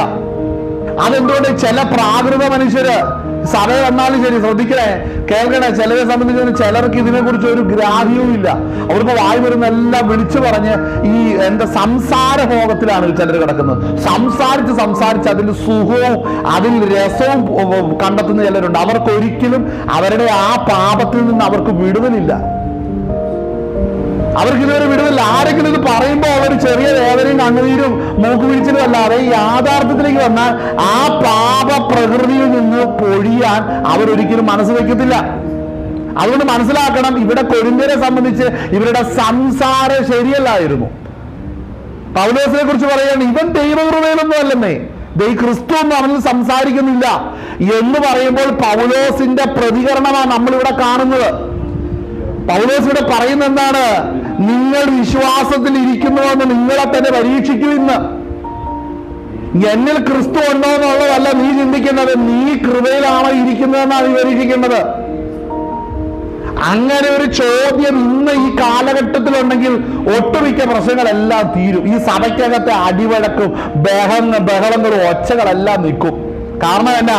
അവനവന്റെ കുറവ് എങ്ങനെയെന്ന് പരിശോധിക്കാൻ റെഡിയാകണം. ഹല്ലേലൂയ. വളരെ ശ്രദ്ധിക്കേണ്ട ഒരു കാര്യമാണ്. കാരണം എന്താണെന്നറിയാവോ? ഈ പരിശോധന ആവശ്യമാണ്. കാരണം താൻ പ്രാപിച്ച വെളിപ്പാടുകൾ നിമിത്തം, അതിന്റെ ആധിക്യം നിമിത്തം താൻ നിഗളിച്ചു പോകാതിരിക്കേണ്ടതിനാണ് ശൂലമിരിക്കുന്നത്. അല്ലേ? ആ രോഗം വിട്ടു മാറുന്നില്ല, പ്രാർത്ഥിച്ചിട്ട് രോഗം മാറുന്നില്ല. അപ്പോൾ ഒരു കാര്യം മനസ്സിലായി, പൗലോസിന്റെ മൈൻഡ് ശ്രദ്ധിക്കണം. രോഗങ്ങളും പ്രശ്നങ്ങളും നിമിത്തം താൻ പ്രാപിച്ച വെളിപ്പാടുകൾ താൻ കൈമാറണം, വിശുദ്ധ സഭയ്ക്ക് കൈമാറണം. പക്ഷെ കൈമാറുമ്പോൾ ഏറ്റെടുക്കുന്നവൻ കൃപയില്ലാതെയും കരുണയില്ലാതെയും ദയയില്ലാതെയും വരവില്ലാതെയും പ്രതികരിക്കുന്നത് കാണുമ്പോൾ അവിടെ ഉണ്ടാകുന്ന ഭാരം വളരെ വലുതാണ്. ഇതിന്റെ പേരാണ് കഷ്ടത എന്ന് പറയുന്നത്. അല്ലേ? ഹല്ലേലൂയ. അപ്പൊ ഈ ക്വാളിറ്റീസ് ഒക്കെ ഒരു വ്യക്തിയിൽ വരണമെന്നുണ്ടെങ്കിൽ അതുപോലുള്ള ലെവലിൽ ആ വ്യക്തിയെ പണിത് കൊണ്ടുവരണം. അതാണ് നമ്മൾ റോമാലേഖനം 5-ാമത്തേത് കഷ്ടത സിദ്ധത പ്രത്യാശ ഉളവാക്കുന്നു എന്നറിഞ്ഞ് നാം കഷ്ടങ്ങളിൽ പ്രശംസിക്കുന്നവരാകണം. എന്തുകൊണ്ടാണ്? ഈ കഷ്ടങ്ങളിൽ പ്രശംസിക്കുന്ന വ്യക്തിക്ക് മാത്രമാണ് ദൈവ കൃപയിൽ നിലനിൽക്കാൻ കഴിയത്തുള്ളൂ. ഹല്ലേലൂയ. നമുക്ക് പോരാട്ടം ഉണ്ടെന്നുള്ള വിഷയത്തെ കുറിച്ചാണ് പറഞ്ഞു തുടങ്ങിയത്. എവിടം വരെ പോയി അല്ലേ? ഹല്ലേലൂയ. നമ്മൾ മനസ്സിലാക്കുന്നത് നമുക്ക് പോരാട്ടമുണ്ട്. പോരാട്ടം നമുക്ക് ജഡരക്തങ്ങളോടല്ല, വാഴ്ചകളോടും അധികാരങ്ങളോടും ഈ അന്ധകാരത്തിലെ ലോകാധിപതികളും സ്വർലോകങ്ങളുടെ ദുഷ്ടാത്മ സേനകളോടും അത്രയും ദൈവത്തിന് വചനോടെ പറയുമ്പോൾ നാം ദുർദിവസത്തിൽ ഒരുങ്ങി നിൽക്കണം. ഒരുങ്ങി നിൽക്കണമെന്നുണ്ടെങ്കിൽ എങ്ങനെ ഒരുങ്ങാൻ കഴിയുക? മനസ്സിലാക്കണം. നാം സ്തോത്രം ആത്മാവിന്റെ സ്തോത്രം സ്തോത്രം ഹല്ലേലൂയ സ്തോത്രം വരങ്ങളെ ഓരോന്ന് വരങ്ങളല്ല, അതിനുപരിയായിട്ട് പറഞ്ഞു കഴിഞ്ഞാൽ സർവായുധ വർഗങ്ങളെ നമ്മൾ ധരിക്കണം. അല്ലേ? ഈ സർവായുധ വർഗങ്ങൾ വെറുതെ ഒരുവനും എടുത്ത് ധരിക്കത്തില്ല. കാര്യം ആ പറഞ്ഞിരിക്കുന്ന കാര്യം എന്ന് പറഞ്ഞാൽ സത്യവും നീതിയും സ്തോത്രം. ഞാൻ പറഞ്ഞ ആ ഭാഗം ഒന്ന് വായിച്ചേ. നമുക്ക് പോരാട്ടമുള്ളത് ജഡരക്തങ്ങളോടല്ല, അല്ല വാഴ്ചകളോടും അധികാരങ്ങളോടും ഈ അന്ധകാരത്തിന്റെ ലോകാധിപതികളോടും സ്വർലോകങ്ങളിലെ ദുഷ്ടാത്മ സേനകളോടും അത്രേ എതിർക്കുവാനും. ഇവിടെ ശ്രദ്ധിക്കണം, ദുർദിവസത്തിൽ എതിർക്കുവാൻ. ശ്രദ്ധിക്കണം, ദുർദിവസത്തിൽ ഈ പോരാട്ടം വരുന്ന അനുഭവങ്ങൾ ശ്രദ്ധിച്ചു എങ്ങനെയൊക്കെയാ വരുന്നതെന്ന്. ഹല്ലേലൂയ. പലവിട്ട അപേക്ഷിച്ചിട്ടും പോയില്ല ഇത്. ദുർദിവസത്തിൽ എതിർക്കുവാനും. അപ്പൊ ശ്രദ്ധിക്കണം, പോരാട്ടം വരുമ്പോൾ നമ്മൾ എല്ലാ കാര്യം ചെയ്തുകൊണ്ടിരിക്കരുത്, എല്ലാം സമാപിപ്പിക്കണം. അല്ലേ? എല്ലാം സമാപിച്ചിട്ട് അപ്പൊ നമുക്ക് ഉറപ്പ് പോകുന്നെന്ന് നമ്മളുള്ള കാര്യങ്ങളിലെല്ലാം ഇടപെടുന്നവരാണെങ്കിൽ പോരാട്ടം വരുമ്പോൾ അത് അവിടെ സ്റ്റോപ്പ് ചെയ്തിട്ട് നമ്മൾ കർത്താവിന്റെ പാപപീഠത്തിലേക്ക് വരണം, എന്നിട്ട് പരിശോധിക്കണം. ആമേൻ. വായിച്ചേ. ഉറച്ചു നിൽക്കുവാനും കഴിയേണ്ടതിന് ദൈവത്തിന്റെ സർവ്വായുധവർഗം എടുത്തുകൊള്ളും. നിങ്ങൾ അരയ്ക്ക് സത്യം കെട്ടി. അപ്പൊ സത്യം വേണം, അടുത്തത് നീതി വേണം, അടുത്തത് സുവിശേഷം വേണം.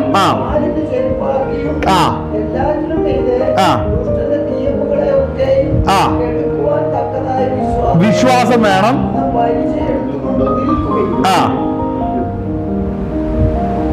അടുത്തല്ലേ ഇനിയുണ്ട് രക്ഷ.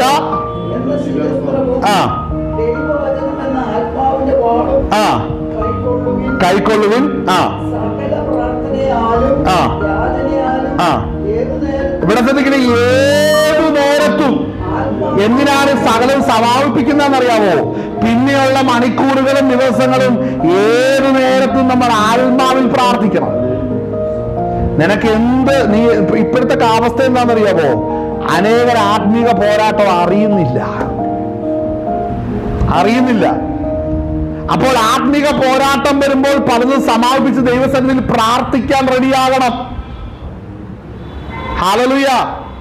പ്രാർത്ഥിക്കുന്ന വ്യക്തി അങ്ങനെയുള്ള വ്യക്തിയാണ്, ഈ പറയുന്ന ക്വാളിറ്റീസ് ഉള്ള വ്യക്തിയായിരിക്കണം. ഹല്ലേലൂയ. സ്തോത്രം. വായിച്ചേ.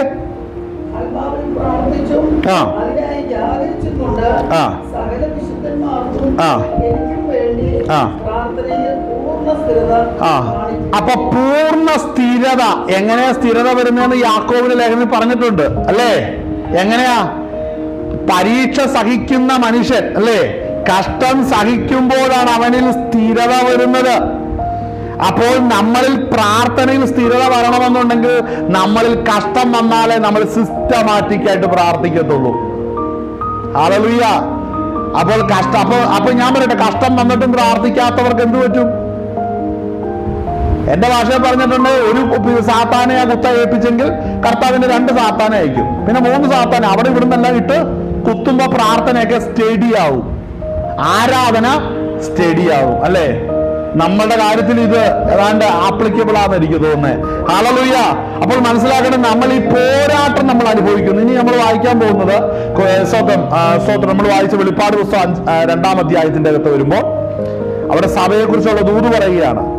അപ്പോൾ ഈ പോരാട്ടത്തെ കുറിച്ച് പറയുമ്പോൾ ആ പോരാട്ടം ഏത് വിധത്തിലാണെന്നാ പറയുന്നത്. 2:1 വായിച്ച എഫെസോസിലെ സഭയുടെ ദൂതൻ എഴുതുക.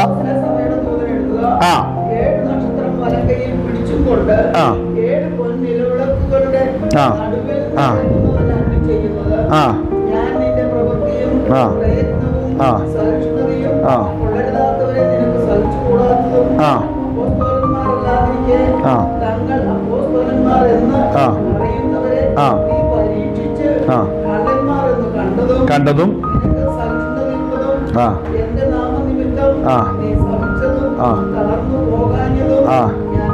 അപ്പൊ ശ്രദ്ധിക്കുക, ഈ സഭകളുടെ അകത്ത് ദൈവം കാണുന്ന എന്താണെന്നറിയാവോ? പരീക്ഷയിലൂടെ കടന്നു പോകുന്ന ദൈവസഭയാണ് കർത്താവായ യേശുക്രിസ്തു കാണുന്നത്. പരീക്ഷയിലൂടെ കടന്നു പോകുന്ന വിശുദ്ധന്മാരെയാണ് കാണുന്നത്. അവര് ഓരോ സ്റ്റെപ്പുകളെ ജയിക്കുന്നതാണ് കാണുന്നത്. അവരുടെ ജയത്തിന്റെ ഓരോ പ്രോഗ്രസ്സും കൃത്യമായി അവിടെ ദൈവത്തിന്റെ ദൂതൻ അവിടെ റെക്കോർഡ് ചെയ്ത് വെക്കുന്നുണ്ട് അല്ലേ? കാര്യം ഓരോ സഭയ്ക്ക് ഓരോ ദൂതന്മാരെ ദൈവം അയച്ചിട്ടുണ്ട്. ഓരോ ദൂതന്മാർ അവർ റെക്കോർഡ് ചെയ്യുക, അവിടെ നടക്കുന്നതെല്ലാം ഇത് കർത്താവിന്റെ സന്നിധിയിൽ ഇത് ചെല്ലുന്ന ഒരു സമയം കൂടെ ഉണ്ട്. അപ്പോൾ നമ്മൾ അനുഭവിക്കുന്ന പോരാട്ടങ്ങൾ കൃത്യമായി നമ്മുടെ കർത്താവ് അറിയുന്നുണ്ട്. അല്ല, നമ്മളിവിടെ തന്നെ ഇത് അനുഭവിക്കുകയല്ല, കർത്താവ് ഇത് അറിയുന്നുണ്ട്. വിളിച്ച ദൈവം ഇത് അറിഞ്ഞു തന്നെയാണ് നമ്മെ ഇതിന്റെ നടുവിലേക്ക് ഇറക്കിയിരിക്കുന്നത്. അവിടെ വായിക്കുന്നു, ഞാൻ നിന്റെ പ്രവൃത്തിയും പ്രയത്നവും സഹിഷ്ണുതയും കൊള്ളരുതാത്തവരെ നിനക്ക് കണ്ടോ? ശ്രദ്ധിക്കണം, സഹിച്ചുകൂടാത്ത അവരെ. അപ്പൊ ഞാൻ ചോദിക്കട്ടെ, പൗലോസ് ഞാൻ പല ആവർത്തി പ്രാർത്ഥിച്ചു, ആ സാത്താൻ എന്നെ കുത്താൻ സാത്താൻ അവനെ എന്നിൽ നിന്ന് വിട്ടുപോകാൻ പ്രാർത്ഥിച്ചു, എങ്കിലും കർത്താവ് അതിനെ മാറ്റിയില്ല. പകരം പറഞ്ഞു, എന്റെ കൃപ നിനക്ക്. അപ്പൊ സഹിച്ചുകൂടാത്തവരെ സഭയ്ക്കകത്താക്കുമ്പോൾ വിളിക്കപ്പെട്ടവൻ ദൈവകൃപയിൽ ആശ്രയിക്കേണ്ടത് എന്തിനാണെന്ന് മനസ്സിലായോ? കൃപയ്ക്ക് വേണ്ടിയാ. അല്ല അവിടെ കമ്മിറ്റി ഉണ്ടാക്കി അടിയുണ്ടാക്കാനല്ല. ചിലരങ്ങനെ സഹിച്ചുകൂടാതെ നമുക്ക് ശരിയാക്കി രണ്ടെണ്ണം വേണം. അത് ഏത് റൂട്ടാത്? അപ്പൊ മനസ്സിലാക്കണം, നമ്മളുടെ ജീവിതത്തിൽ സഹിക്കാൻ കഴിയാത്ത ചിലരെ ദൈവം അനുവദിക്കുമ്പോൾ നമ്മളിൽ കൃപ പെരുകേണ്ടതിനാണ് അങ്ങനെ ദൈവം ചെയ്യുന്നത്. കാര്യം പല വട്ടം ഇത് അപേക്ഷിച്ചു, കർത്താവ് ഇത് ചെയ്തില്ല. കർത്താവ് നമ്മളുടെ എല്ലാം പ്രാർത്ഥന സഭയ്ക്കകത്ത് പ്രതിസന്ധി ഉണ്ടാക്കുന്നവനെ നീക്കും. നമ്മൾ പ്രാർത്ഥിച്ചിട്ട് നീങ്ങുന്നില്ല, ശ്രദ്ധിച്ചോണം. അവരെ കൊണ്ട് നമ്മുടെ ആത്മീയ ജീവിതത്തിൽ ചിലത് ചെയ്യാറുണ്ട്. സത്യമായിട്ട് പറയാം. ഹല്ലേലൂയ. നമ്മൾ പ്രാർത്ഥിച്ചിട്ടും അപേക്ഷിച്ചിട്ടും മാറിയില്ലെങ്കിൽ ശ്രദ്ധിച്ചോണം, നമ്മുടെ പ്രാർത്ഥനയുടെ കുറവുകൊണ്ടല്ല, എന്റെ കർത്താവിന്റെ കാര്യപരിപാടിയിൽ അവരെ മാറ്റുന്ന പദ്ധതിയല്ല. അതുകൊണ്ടാ ചില സമയത്ത് ശൂലവുമായിട്ട് ചിലരെ വിടുന്നത്. ഹല്ലേലൂയ. ചിലരെ ശൂലമായിട്ട് നമ്മുടെ ജീവിതത്തിൽ കയറ്റി വിടുന്നുണ്ടല്ലോ. ഫോൺ കോൾ ആയിട്ടും മെസ്സേജ് ആയിട്ടും വ്യക്തിയായിട്ടൊക്കെ കയറി വന്ന് പ്രശ്നം ഉണ്ടാക്കിയിട്ട് പോകുന്നത് കണ്ടിട്ടുണ്ടോ? അത് ഇടയ്ക്ക് വരിക, നമ്മളതിനെ ടെസ്റ്റ് ചെയ്യുക. ഹല്ലേലൂയ. ആ വ്യക്തി നമ്മളെ ചിലരെ വിശ്വാസം അങ്ങനെ പ്രതിസന്ധി വരുമ്പോൾ അവനെ നീക്കിക്കളയാൻ വേണ്ടി നമുക്ക് പ്രാർത്ഥിക്കാം. അങ്ങനെ നീങ്ങി പോകത്തില്ല. നീങ്ങി പോകുന്ന ആരാന്നറിയോ? നീങ്ങി പോകുന്നത് നമ്മുടെ ഇടയിൽ അശുദ്ധി പ്രവർത്തിക്കുന്ന ഒരുവരുണ്ടെങ്കിൽ, സ്നാനപ്പെട്ട് രക്ഷിക്കപ്പെട്ടിട്ടാണ് ഇരിക്കുന്നതെങ്കിൽ അവനെ നീക്കിക്കളയാനാ പറഞ്ഞേക്കുന്നത്. പക്ഷെ ഇവിടെ ചെയ്യുന്ന പോരാട്ടം എന്നാണെന്നറിയാവോ? ഇവിടെ ചെയ്യുന്ന എന്താണ്? നിന്റെ പ്രവൃത്തിയും പ്രയത്നവും സഹിഷ്ണുതയും കൊള്ളരുതാത്തവരെ നിനക്ക് സഹിച്ചുകൂടാത്തതും അപ്പോസ്തലന്മാരില്ലാതിരിക്കെ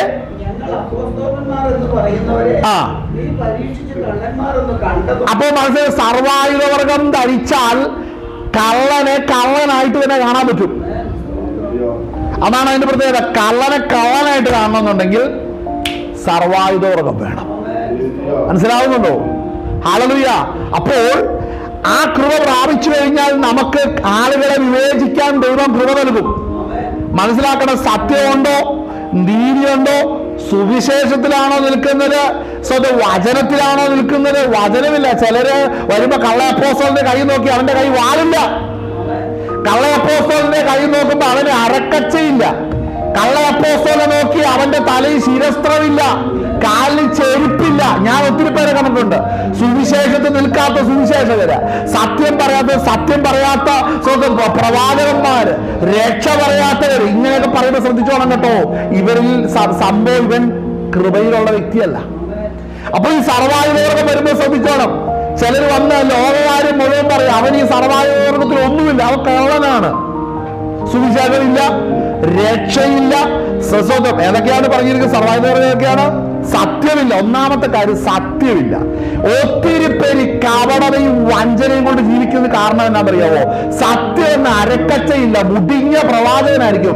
സത്യം എന്ന അരക്കച്ചയില്ലെങ്കിൽ അടിവരയിട്ടോണം, സ്ഥാനം കള്ളപ്രവാചകനാ.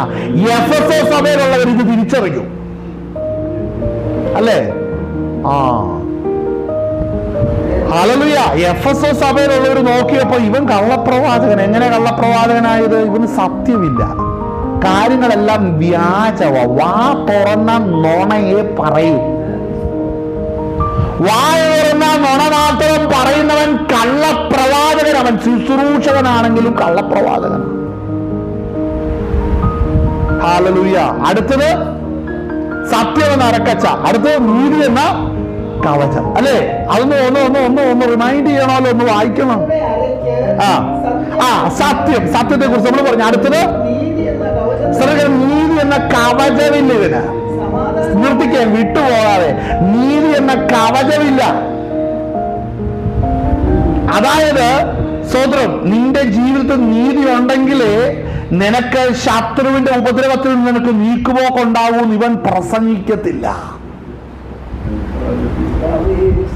അതായത് ജീവിതത്തിൽ നീതി വേണമെന്ന് ഇവൻ പറയില്ല, നീതി വേണമെന്ന് പറയില്ല, സത്യം വേണമെന്ന് പറയില്ല. നമ്മളൊരു കാര്യം മനസ്സിലാക്കണം, നമ്മുടെ ജീവിതത്തില് ഈ കാര്യങ്ങളൊക്കെ ഉണ്ടോന്ന് നമ്മളൊന്ന് ചെക്ക് ചെയ്ത് തുടങ്ങട്ടെ. ചിലർ ചിന്തിക്കുന്ന, ഞാൻ അന്യഭാഷ പറഞ്ഞു, നോണയൊന്നും അവിടെ കാണും. ഞാൻ കൃപയിലല്ലേ, അവിടെ നോണയോ നീതിയൊന്നും അവിടെ കൃപയാണ്. അത് ഏത് കൃപയാണത്? അത് ഏത് ആത്മാവാത്? ഹല്ലേലൂയ. വായിച്ചേ. നീതി എന്ന കവചം. അടുത്തത് പോയോ? നീതി എന്ന കവചം, ധരിച്ചും സമാധാന സുവിശേഷത്തിനായുള്ള ഒരുക്കം കാലിന് കാലിന് ചെരുപ്പാക്കണം എന്ന് പറഞ്ഞാൽ എന്താ? നീ എവിടെ ചെന്നാലും കാൽവറി മരണത്തിൽ ക്രിസ്തുവിൽ ശരണപ്പെട്ടേ നിനക്ക് എന്തെങ്കിലും ചെയ്യാൻ പറ്റത്തുള്ളൂ. കാൽവറി മരണത്തിലാണ് നിന്റെ മെസ്സേജ് എല്ലാം അതിലൂന്നിയാ നിൽക്കേണ്ടത്, സുവിശേഷത്തിൽ ഊന്നിയാ നിൽക്കേണ്ടത്. മാനവരാശിയുടെ പാപപരിഹാരത്തിന് ദൈവം തന്റെ പുത്രനെ അയച്ചു. അവനിൽ സകലരുടെ അകൃത്യം അവനിൽ ചുമത്തി അവനെ തകർത്ത നിമിത്തം അവനിൽ വിശ്വസിക്കുന്നവര് പാപമോചനം വീണ്ടും ജനനം കർത്താവായ യേശു ക്രിസ്തു നൽകി. അവരുടെ ഒരു പ്രവൃത്തികളും കാരണമല്ല, അവൻ വിശ്വസിക്കുന്നതിന് നിത്യജീവൻ ലഭിക്കാൻ കാരണമായി തീരും. അതിന് സകലത്തിനും കാരണബോധനും സകലത്തിനും അടിസ്ഥാനമാകുന്ന ക്രിസ്തുവാണ്. ഇത് കള്ളപ്രവാചകനും പറയില്ല. അവൻ ആ റോഡിലേക്ക് അവനെ എടുത്തു വെക്കും. കൃത്യം പ്രാർത്ഥിക്കണം, കൈപിടിച്ച് പ്രാർത്ഥിക്കണം, നമുക്കതിനെ ബന്ധിച്ച് പ്രാർത്ഥിക്കണം, അതിൽ ഏൽപ്പിക്കും. ഇതാണ് സാധനം. ഇത് കേരളത്തിൽ ഒത്തിരി ഉണ്ട്. വായിച്ചോ അടുത്ത്. അത് വേറെ കാര്യങ്ങൾ പറഞ്ഞു കഴിഞ്ഞിട്ടുണ്ടെങ്കിൽ കുറെ വർഷമായിട്ട് ഒറ്റ വാക്യം ഇട്ടുകൊണ്ട് ഇങ്ങനെ അരച്ചോണ്ടിരിക്കുന്നുണ്ട്. നമ്മള് ഈ മുളക് അരയ്ക്കാൻ നേരത്തെ എന്താ പറയുന്ന എന്താ അമ്മിക്കല്ലില് ഇട്ടിങ്ങനെ അരയ്ക്കൂല. ഇതുപോലെ ഒരു വാക്യം വെച്ചോണ്ട് 10-15 വർഷം ഇരിക്കുന്നവരെ ഉണ്ട്. അവരേത് പ്രശ്നം വന്നാലും ആ ഒരൊറ്റ വാക്യം എടുത്തോണ്ടാണ് കളി. സംഭവം അത് കള്ളപ്രവാചകനാണ്. കാര്യം ദൈവത്തിന്റെ വചനം അവനിൽ വരണം, ദൈവത്തിന്റെ നാമം അവനിൽ വെളിപ്പെടണം. പറഞ്ഞു അതുകൊണ്ട് ഞാൻ എന്നിട്ട് നോക്കുമ്പോ എന്നോട് സംസാരിക്കും, എടാ നീ അംഗീകരിക്കപ്പെട്ടതാണോ, നീ അപ്രൂവ്ഡ് ആണോ, നീ ഒറിജിനൽ ആണോ എന്ന് എങ്ങനെ അറിയും? എല്ലാവരും പ്രവാചകരാ, പക്ഷെ അവൻ ഒറിജിനൽ ആണോ എന്ന് എങ്ങനെ അറിയുന്നേ? ഒറിജിനൽ ആണോന്ന് അറിയണമെന്നുണ്ടെങ്കിൽ ഈ പറയുന്ന സത്യം വേണം, നീതി വേണം, സുവിശേഷത്തിൽ നിൽക്കണം. മനസ്സിലാവുന്നുണ്ടോ? നീതിയും സത്യമൊക്കെ പറയുമ്പോഴേ പലതും ജീവിതത്തിൽ നിന്ന് കൊഴിഞ്ഞു പോകും. അത് കൊഴിയാൻ ഇങ്ങനെയുള്ളവർ സമ്മതിക്കത്തില്ല. ഇത് എഫെസോസിലുള്ള ഒരു പരീക്ഷ അറിഞ്ഞു. എഫെസോസിൽ എന്താ സംഭവിച്ചേ? അവിടെ പറയുന്നത് എന്താണ്?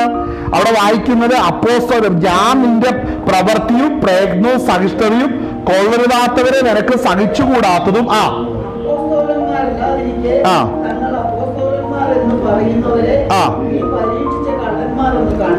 അപ്പൊ ശ്രദ്ധിച്ചേ. അപ്പൊ കർത്താവ് നോക്കുമ്പോ കാണുന്ന എന്നാന്നറിയാവോ?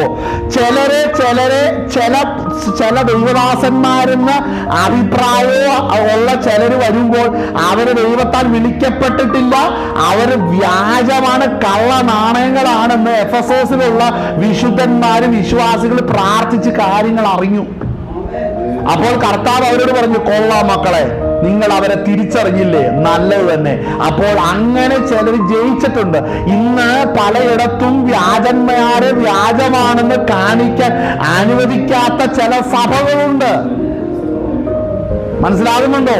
അതായത് ഓരോ വിശുദ്ധനും ഓരോ വ്യക്തിയെ പരിശോധിക്കാനുള്ള അനുവാദം വചനം നൽകുന്നുണ്ട്. ഈ അനുവാദം ലഭിക്കുന്ന പരിശുദ്ധാത്മാഭിഷേകം വേണം, വീണ്ടും ജനനം വേണം, വിശുദ്ധി വേണം, ദൈവശക്തി വേണം, ഇങ്ങനെയുള്ള ഒത്തിരി കാര്യങ്ങളുണ്ട്.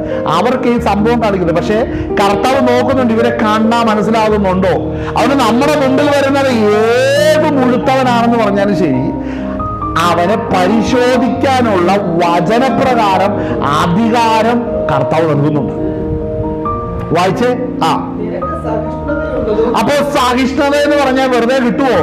നമ്മളുടെ സഭയ്ക്കകത്ത് കുറെ എണ്ണം ഇങ്ങനെ ഡെഡ് ബോഡിക്ക് തുല്യം ഇന്ന് കുറെ പേര് ഇപ്പൊ ഒരു ഗുണമില്ല, സഹിഷ്ണുതയില്ല, ഉത്സാഹമില്ല.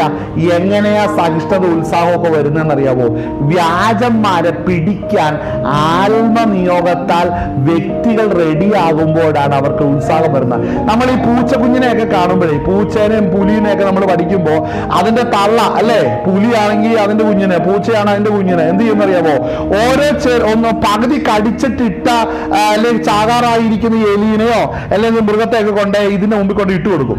അപ്പൊ പൂച്ച എന്താണ്, അതിന്റെ കൈ കൊണ്ട് അതിനെ മാന്തും പിടിക്കും, ഇതൊക്കെ കാണിക്കും. അപ്പൊ പിടിച്ചിട്ട് അവസാനം എന്നാ കാണിക്കപ്പോ തള്ള നോക്കിയിരിക്കുക, അവന്റെ കഴുത്തിന് കടിച്ചു കഴിഞ്ഞാൽ അത് ചാകും. അത് ചെയ്യുന്നുണ്ടോ എന്ന് നോക്കിക്കൊണ്ടിരിക്കുക. കുഞ്ഞുങ്ങള് ആ ഇട്ടിരിക്കുന്ന ഇരയുടെ കഴുത്തിൽ കടിച്ചതിനെ കൊല്ലുന്നുണ്ടോ എന്ന് തള്ള നോക്കുക. ഇങ്ങനെ തന്നെ നമ്മുടെ കർത്താവ് നോക്കുക. രക്ഷിക്കപ്പെട്ട് സ്നാനപ്പെട്ട് അഭിഷേകം പ്രാപിച്ചവർ, ആത്മാവിൽ വരങ്ങളെ പ്രാപിച്ചവർ, വിവേചനപരം പ്രാപിച്ചവൻ വിവേചിച്ച് ഇവ കള്ളനാണെന്ന് കണ്ടിട്ട് അവന്റെ സ്വന്തം വിശ്വാസത്താൽ അവന്റെ വ്യാജത്തെ പിടിക്കണം. അങ്ങനെ ഒരു വ്യക്തി പിടിക്കപ്പെടുമ്പോൾ ജനത്തിന് ഉത്സാഹം വരും, അവർ ആത്മാവിന് വളർച്ച വരും. കാര്യം ദൈവത്തിന്റെ ആത്മാവിന് ഇടപെട്ടു എന്ന് മനസ്സിലാവും. അങ്ങനെ 2-3 സംഭവിക്കുമ്പോൾ കള്ളപ്രവാചകം വരത്തില്ല. കാര്യം അവിടെ ചെന്നാൽ പിടി വീഴുമെന്ന് മനസ്സിലാകുമ്പോൾ അവരുടെ ഉപദേശം വിട്ടുപോകും. ഇത് സംഭവിക്കണം. ഇത് എഫെസോസ് സഭയ്ക്കകത്ത് സംഭവിച്ചു. അതിൽ കർത്താവ് അവരെ തടസ്സപ്പെടുച്ചു. കണ്ടോ, കൊള്ളാം മക്കളെ, നിങ്ങൾ അത് നല്ലപോലെ ചെയ്തു, നിങ്ങൾ അവരെ തിരിച്ചറിഞ്ഞു. അപ്പോൾ അത് നല്ലതാണ്. അപ്പോൾ എല്ലാം ഒരുപോലെ വിഴുങ്ങാനല്ല ദൈവം വെച്ചിരിക്കുന്നത്, വിവേചിച്ച് മനസ്സിലാക്കണം. ആളുകൾ അടുത്ത വായിച്ച എഫെസോസ് സഭയ്ക്കകത്ത് വായിച്ച അടുത്ത വാക്യം.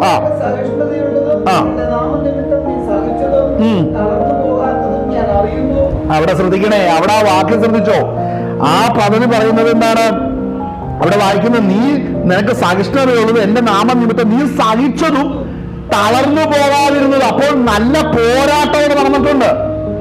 സഭയ്ക്കകത്ത് കള്ളപ്രവാചകനെ പിടിക്കുന്ന അവൻ കള്ളനാണ്, വ്യാജനാണെന്ന് സർവായുധ വർഗത്തിന്റെ വെളിച്ചത്തിൽ അവനെ പരിശോധിച്ചപ്പോൾ ഇവൻ വ്യാജനാണെന്ന് തിരിച്ചറിഞ്ഞപ്പോൾ അത് നിമിത്തം വ്യാജന്മാര് ദൈവകൃപയിൽ ഇരിക്കുന്നവർക്ക് നേരെ ഉപദ്രവങ്ങൾ അയച്ചിട്ടുണ്ട്. അല്ലാതെ കംപ്ലീറ്റ്ലി വിക്ടോറിയസ് ആയിട്ടല്ല നിന്നത്. നല്ല പോരാട്ടമുണ്ട്. അവനെ പിടിക്കുമെന്ന് മനസ്സിലായപ്പോൾ അവൻ പലവിധ ക്രിയകൾ ചെയ്യുന്നുണ്ട്. തിരിച്ച് അവൻ കള്ളപ്രവാചകൻ വെളിപ്പെടരുത്, അവന്റെ രഹസ്യമായ അവന്റെ അജണ്ടകൾ വെളിപ്പെടരുത്, അവൻ എന്തിനാണ് ഇവിടെ വന്നിരിക്കുന്നത് അത് വെളിപ്പെടരുത്. ഇതിനെല്ലാം അവിടെ പല തന്ത്രങ്ങൾ അവിടെ പ്രവർത്തിക്കുകയാണ്. ഇതിനെയെല്ലാം തിരിച്ചറിഞ്ഞ ജനമാണ് എഫെസോസിലെ ജനം. അത് തിരിച്ചറിഞ്ഞു. വായിച്ച വാക്യം വായിച്ചേ. ഒരു വാക്യം.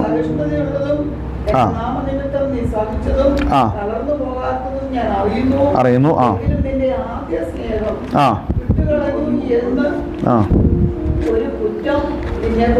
സ്തോത്രം. അവിടെ നമ്മൾ വായിക്കുമ്പോൾ ഗലാത്യ ലേഖനം 2-ന്റെ 4-ാം വാക്യം നമുക്ക് അതിന്റെ കൂടെ ഒന്ന് വായിക്കണം. എന്താണ് ഈ കള്ളപ്രവാചകന്മാർ വന്ന് ചെയ്യുന്നൊരു കാര്യം അവിടെ ശ്രദ്ധിക്കണം. 2-4 വായിക്കുന്ന, അതോ നുഴഞ്ഞു വന്ന കള്ള സഹോദരന്മാർ നിമിത്തമായിരുന്നു അവർ നമ്മെ അടിമപ്പെടുത്തേണ്ടത്. അപ്പോൾ ശ്രദ്ധിക്കണം, കള്ളപ്രവാചകന്മാരോ കള്ള അപ്പോസ്തലന്മാരോ കള്ള സുവിശേഷകളോ കള്ള ഇടയന്മാർ ഇവർ വന്ന് അടിമപ്പെടുത്താനാണ് വരുന്നത്. സഭയ്ക്കകത്ത് വന്നുകൊണ്ടിരിക്കുക. ദൈവത്തിന്റെ കൃപയിലിരിക്കുന്നവരെ അടക്കണം. അവർ പ്രവർത്തനരഹിതരാകണം. അവർ ഉപയോഗശൂന്യമാകണമെന്ന് കണ്ട് അവരെ പിടിച്ചടക്കുവാനാണ് കള്ളപ്രവാചകൻ വരുന്നത്. ആ വാക്യം ശ്രദ്ധിച്ചേ. അവിടെ വായിക്കുന്ന എന്താണ്? നുഴഞ്ഞു വന്ന കള്ള. എന്താ അവർ ചെയ്യുന്ന അറിയാമോ? അതിന്റെ 3-ാം വാക്യം, എന്റെ കൂടെയുള്ള തീത്തോസ് യവനനെങ്കിലും പരിച്ഛേദന ഏൽക്കുവാൻ അവനെ ആരും നിർബന്ധിച്ചില്ല. അപ്പോൾ പരിച്ഛേദന ഏൽക്കാൻ അവിടെ തീത്തോസിന്റെ നിർബന്ധം വന്ന് അവൻ പരിച്ഛേദന ഏറ്റിട്ട് വന്ന് പൗലോസിന്റെ മുമ്പിൽ നിന്ന് ഇതുപോലെ വചനം അനുശാസിക്കാത്ത ചില കാര്യങ്ങളിലേക്ക് ജനത്തെ തിരിക്കും. അവരെ തിരിച്ച് അവരെ കൃപയിൽ നിന്ന് വീഴ്ത്തി അവരെ പാപം ചെയ്യിപ്പിച്ചു കഴിഞ്ഞാൽ, ദൈവകൃപയിൽ നിന്ന് വിട്ടു കഴിഞ്ഞാൽ പിന്നെ ഇവനെ അടിമപ്പെടുത്താം. അപ്പൊ കള്ളപ്രവാചകന്മാർ ചെയ്യുന്നത് ആദ്യം ആരെയാണോ അവൻ ലക്ഷ്യം വെക്കുന്നത് അവരെ കൊണ്ട് പാപം ചെയ്യിപ്പിക്കുക എന്നുള്ളതാണ്. പാപം ചെയ്യിപ്പിച്ച് ദൈവകൃപയിൽ നിന്ന് അന്യമായി കഴിഞ്ഞാൽ പിന്നെ ഇവന് ഞാൻ സ്വാധീനം. അതുകൊണ്ട് വളരെ ശ്രദ്ധിക്കണം. വരുമ്പോ ഭയങ്കര നല്ല നല്ല വശീകരിക്കുന്ന ചിരിയും ഇടപെടലും സംസാരമായിട്ട് വരുന്ന കാരണം എന്നാ? ഇവനും ഇവന്റെ ദൈവമായിട്ടുള്ള ബന്ധം ആദ്യം ക്യാൻസൽ ചെയ്യണം. എന്നാലേ എന്റെ ഇഷ്ടത്തിനനുസരിച്ച് ഇവനെ കിട്ടത്തുള്ളൂ. ഈ പ്രോഗ്രാം സഭയ്ക്കകത്ത് നടക്കുന്നുണ്ട്. ഹല്ലേലൂയ. അപ്പൊ കള്ളപ്രവാചകന്മാർ നമ്മൾ ഉദ്ദേശിക്കുന്ന പോലെയാണോ? ഒരിക്കലും അല്ല. അപ്പൊ നമുക്ക് മുമ്പിൽ വരുന്ന ഓഫറുകളുമായിട്ട് നമ്മളെ കീഴ്പ്പെടുത്തുവാനായിട്ട് വരും.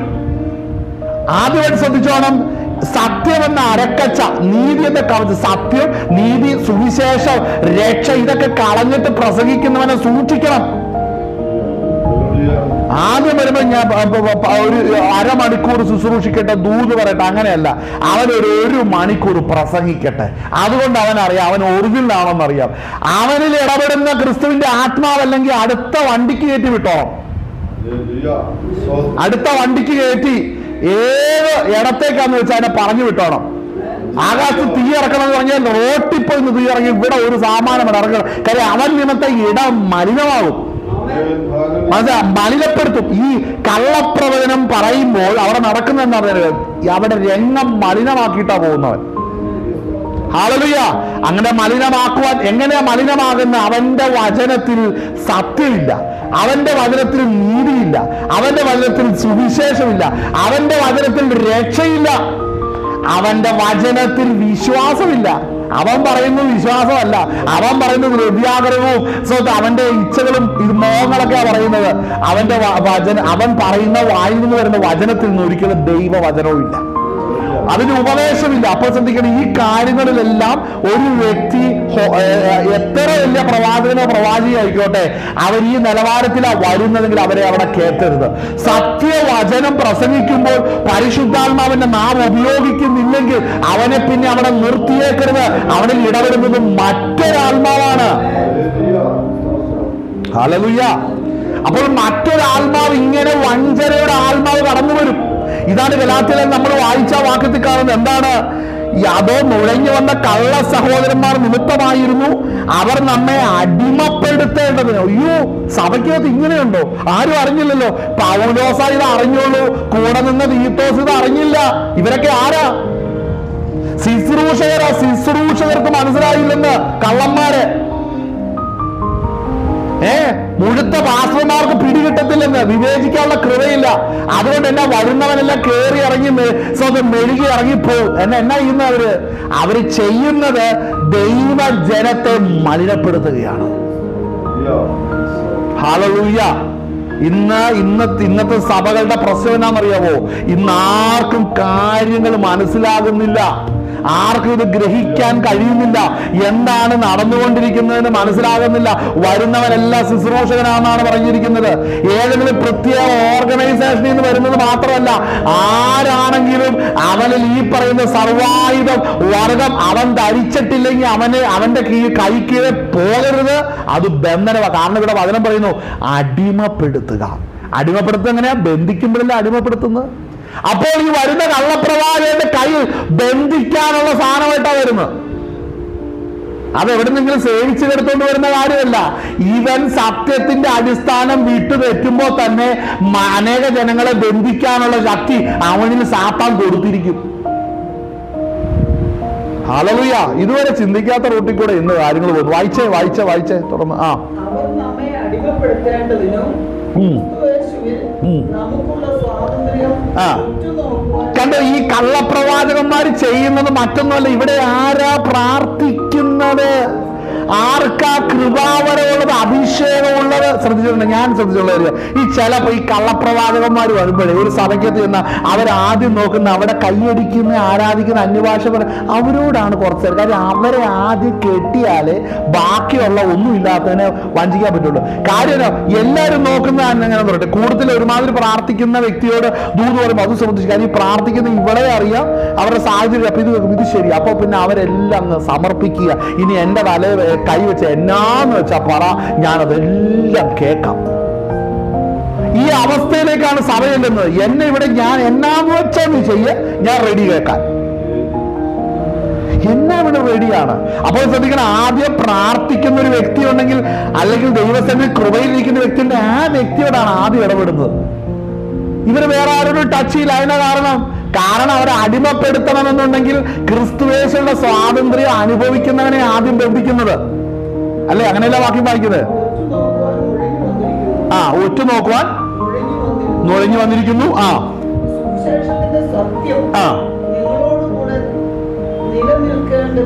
സുവിശേഷത്തിന്റെ സത്യം.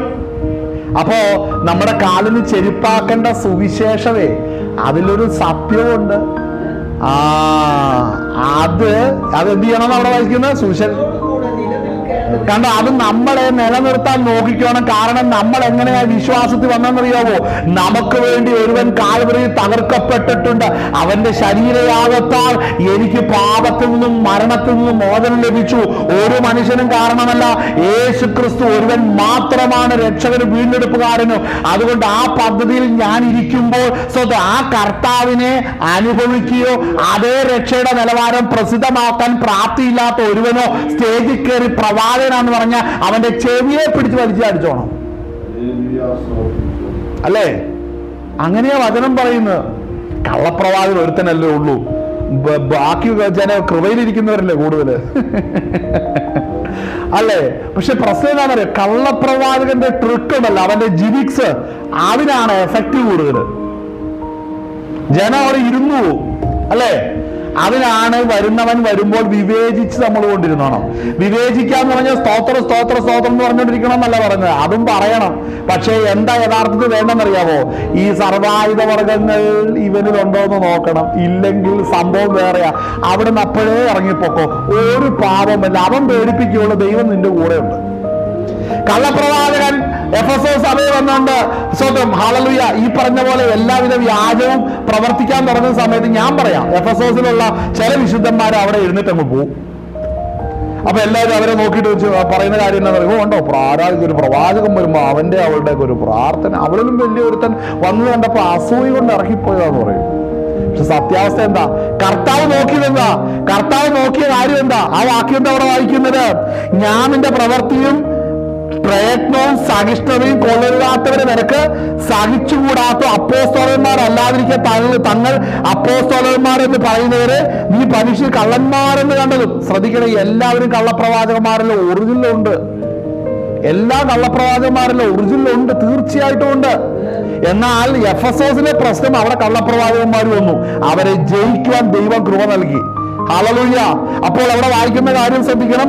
നിനക്ക് സഹിഷ്ണുതയുള്ളതും എന്റെ നാമനിമിത്തം നീ സഹിച്ചതും. ഒത്തിരി സഹിക്കേണ്ടി വരും കേട്ടോ. ഈ വ്യാജ നാണയങ്ങളെ പുറത്തു കൊണ്ടുവരാൻ ഒത്തിരി ജീവിതത്തിൽ സഹിക്കേണ്ടതായിട്ട് വരും. അത് സഹിച്ചാൽ ദൈവത്തിന്റെ മഹത്വം വെളിപ്പെടും. സഹിക്കേണ്ടി വന്നാൽ മാത്രമേ ദൈവമഹത്വം വെളിപ്പെടുകയുള്ളൂ. എഫെസോസ് സഭയിലെ ജനം ആ കഷ്ടം സഹിക്കാൻ റെഡിയായി. ആമേൻ. ചില വ്യാജങ്ങളെ പുറത്തു കൊണ്ടുവരാൻ കഷ്ടം സഹിച്ചു, എന്നാൽ ദൈവം അത് കണ്ടു. ആമേൻ. അപ്പൊ ചിലര് കർത്താവിന്റെ വചനത്തിന് വേണ്ടി നിന്നപ്പോൾ തൽക്കാലം അവർ അപമാനമോ നിന്നയോ സഹിച്ചപ്പോൾ മക്കളുടെ മുമ്പിലെല്ലാം എന്താ ഇച്ചിരി പറഞ്ഞിട്ടുണ്ടെങ്കിൽ ഒരു കരടായിട്ടാ നിന്നേ. പക്ഷെ ദൈവം അവരെ മാനിച്ചു എന്ന് നമ്മൾ മനസ്സിലാക്കണം. അടുത്ത വാക്യം വായിച്ചേ. നിനക്ക് സഹിഷ്ണുതയുള്ളതും എന്റെ നാമനിമിത്തം നീ സഹിച്ചതും തളർന്നു പോകാനും ഞാൻ അറിയുന്നു. അടുത്തത്, എങ്കിലും നിന്റെ ആദ്യ സ്നേഹം വിട്ടുകളഞ്ഞു എന്നൊരു കുറ്റം നിന്നെ കുറിച്ച് പറയുവാനുണ്ട്. അതിന്റെ കാരണം ഞാൻ പറയും, ആദ്യ സ്നേഹം വിട്ടുകളയുന്നതിന് ഒരു കാരണം എന്താണെന്നറിയാവോ? സഹിഷ്ണുത കൊണ്ട്, ഉത്സാഹം കൊണ്ട് കർത്താവിന്റെ നാമത്തിന് വേണ്ടി നിന്നപ്പോ ഈ ഇതുപോലുള്ള വ്യാജ നാണയങ്ങൾ ജീവിതത്തിലേക്കും സഭകളിലേക്കും വരുമ്പോ ഉള്ളത്തിൽ ചോദ്യമുണ്ട്, കർത്താവേ നിന്റെ സഭ വിശുദ്ധമാണോ? ഞങ്ങൾ വിശുദ്ധമാണെങ്കിൽ ഇങ്ങനെയുള്ള വ്യാജന്മാരെല്ലാം ഞങ്ങളുടെ ജീവിതത്തിൽ അയച്ചിട്ട് എന്തിനാ ഞങ്ങളെ ഇങ്ങനെ കഷ്ടപ്പെടുത്തുന്നത് ദൈവമേ എന്ന് ചോദിക്കാത്ത ആരെങ്കിലും ഉണ്ടോ? അവരാണ് ആദ്യ സ്നേഹത്തിൽ നിന്ന് പോകുന്നത്. കാര്യം ആദ്യത്തെ ആ ഉത്സാഹത്തിൽ നിന്നും ഉന്മേഷത്തിൽ നിന്നും പോകുമ്പോൾ സഭയ്ക്ക് ഇവിടെ ലേഖനം എഴുതി കൊടുക്കുമ്പോൾ 7 സഭയോട് പറയുമ്പോൾ, എഫെസോസ് സഭയോട് പറയുക, നിന്റെ ആദ്യ സ്നേഹത്തെ വിട്ടുകളഞ്ഞതുണ്ട്. കാര്യം ഞാൻ നിന്റെ കൂടെ ഇല്ലേ. അപ്പോൾ നമ്മൾ പ്രതീക്ഷിക്കുന്നത് കള്ളപ്രവാചകന്മാരൊന്നും ഇല്ലാത്തൊരു സഭയാണ്. കള്ള സഹോദരന്മാരൊന്നും ഇല്ലാത്തൊരു സഭയാണ്. കള്ള അപ്പോസ്തലന്മാരൊന്നും വരാത്തൊരു സഭയാണ് നമ്മൾ പ്രതീക്ഷിക്കുന്ന സഭ. പക്ഷെ സഭ അതല്ല കേട്ടോ. ലോകത്തിലെ സഭ പ്രസ്ഥാനങ്ങൾ അങ്ങനെയൊക്കെ ആണെങ്കിലും ദൈവത്തിന്റെ സഭയ്ക്കകത്ത് ഇതൊന്നുമില്ല. ദൈവത്തിന്റെ സഭ സ്വർഗത്തിലാണ്. അവിടെ നമ്മൾ ചെല്ലേണ്ടതിന് ഈ ലോകത്തിൽ എല്ലാ വക മീനും പിടിക്കുന്ന വലയുണ്ട്. അതിനകത്ത് മീൻ മാത്രമല്ല കയറുന്നത്, പാമ്പുണ്ട്, തവളയുണ്ട്, പിന്നെ എന്നതൊക്കെയാ അതെല്ലാം ഉള്ളേ. പഴുതാരുണ്ട്. വലയ്ക്കകത്ത് പഴുതാരില്ല, വേറെന്തെങ്കിലും പറ. തേറുമില്ല, അതൊക്കെ വെള്ളത്തിലുള്ള തേള്. ഞണ്ടുണ്ട്, അത് പറഞ്ഞു. അതിനെല്ലാം ഞാൻ പറഞ്ഞു, പാമ്പ് എന്തായാലും ഉണ്ട്, മീൻ മാത്രമല്ല. ഈ പാമ്പ് വരുമ്പോ വലയ്ക്കുന്ന വരുമ്പോ നമ്മൾ അയ്യോ സ്വർഗത്തിൽ മുഴുവൻ പാമ്പാന്ന് പറയരുത്. പറയുന്നത് ശരിയാണോ? സ്വർഗത്തിൽ മുഴുവൻ പാമ്പാ. അതുകൊണ്ട് മീനായ എന്നെ എന്തിനാ എന്റെ കർത്താവ് വേദനിപ്പിക്കുന്നതെന്ന് പറയുമ്പോൾ എല്ലാ വക മീനും പിടിക്കുന്ന വലയാ ഇത്. ഇതിനകത്ത് പാമ്പ് വരൂന്നേ. വരുന്നേ. അടുത്ത് പാമ്പ് വരും. ഓരോ വട്ടം നമ്മുടെ അവിടുത്തെ പോലെ മറ്റേ ചൈനീസ് നെറ്റൊക്കെ ആണെങ്കിൽ ഒന്ന് മുക്കിയിട്ട് പൊക്കുമ്പോ അതിൻ്റെ അകത്ത് പലതും കയറും. പാമ്പ് ഏതായാലും ഒരു പാമ്പ് ഇല്ലാതിരിക്കില്ല. എന്നാൽ പാമ്പ് കയറി വരാത്തൊരു സ്ഥലം ഉണ്ടെങ്കിൽ അത് സ്വർഗമാ. ഒരു കള്ളപ്രവാചകനും ദൈവരാജ്യത്തിൽ ചെല്ലത്തില്ല, അത് ഗ്യാരണ്ടിയാ. അതുകൊണ്ടാണ് നിന്റെ ആദ്യ സ്നേഹത്തിലേക്ക് നീ മടങ്ങി വരാൻ പറഞ്ഞത്. നമ്മുടെ എല്ലാ ജീവിതത്തിൽ കള്ളപ്രവാചകന്മാര് വ്യാജ സുവിശേഷകർ നിമിത്തം ഒത്തിരി വേദന അനുഭവിക്കുമ്പോൾ അയ്യോ ഞാനിതൊക്കെ അനുഭവിക്കേണ്ടി വന്നതിന് കാരണം എന്നാണ് ചോദിക്കരുത്. കാര്യം സ്വർഗത്തിൽ അവർ ചെല്ലത്തില്ല. അതാണ് നമ്മുടെ ആശ്വാസം. ഹല്ലേലൂയ. അടുത്ത വാക്യം വായിച്ച് വേഗം നിർത്താം, സമയം പോകുന്നല്ലോ. ആ ആദ്യത്തെ പ്രവൃത്തി ചെയ്യുക, അല്ലാതിരുന്നാൽ ഞാൻ വരികയും നീ മാനസാന്തരപ്പെടാതിരുന്നാൽ നിന്റെ നിലവിളക്ക് നിന്റെ നിലയിൽ നിന്ന് നീക്കുകയും എങ്കിലും നടപ്പ് നീ പകയ്ക്കുന്നു എന്നൊരു നന്മ നിനക്കുണ്ട്. അതായത് ശ്രദ്ധിക്കണം, കർത്താവിന്റെ രീതി എന്ന് പറയുന്ന ഒരു 10 ഗുണം ചെയ്തിട്ട് ഒരു തെറ്റ് ചെയ്ത് കഴിഞ്ഞിട്ടുണ്ടെങ്കിൽ ആ സാരമില്ല, നീ 9 10 നല്ലത് ഓർമ്മയില്ല തെറ്റുള്ളൂ. അങ്ങനെയല്ല ദൈവത്തിന്റെ സ്വഭാവം. ദൈവത്തിന്റെ സ്വഭാവം 10 നന്മ ചെയ്ത് അതിന് നിനക്ക് പ്രതിഫലം തരും. ഒരു തെറ്റ് ചെയ്തതിന് ശിക്ഷയും തരുന്ന ദൈവമാണ്. അപ്പോൾ മനസ്സിലാക്കണം, നീ എത്ര നന്മ ചെയ്താലും ചെയ്ത തെറ്റ് മറയ്ക്കുന്ന ദൈവമല്ല നമ്മുടെ ദൈവം.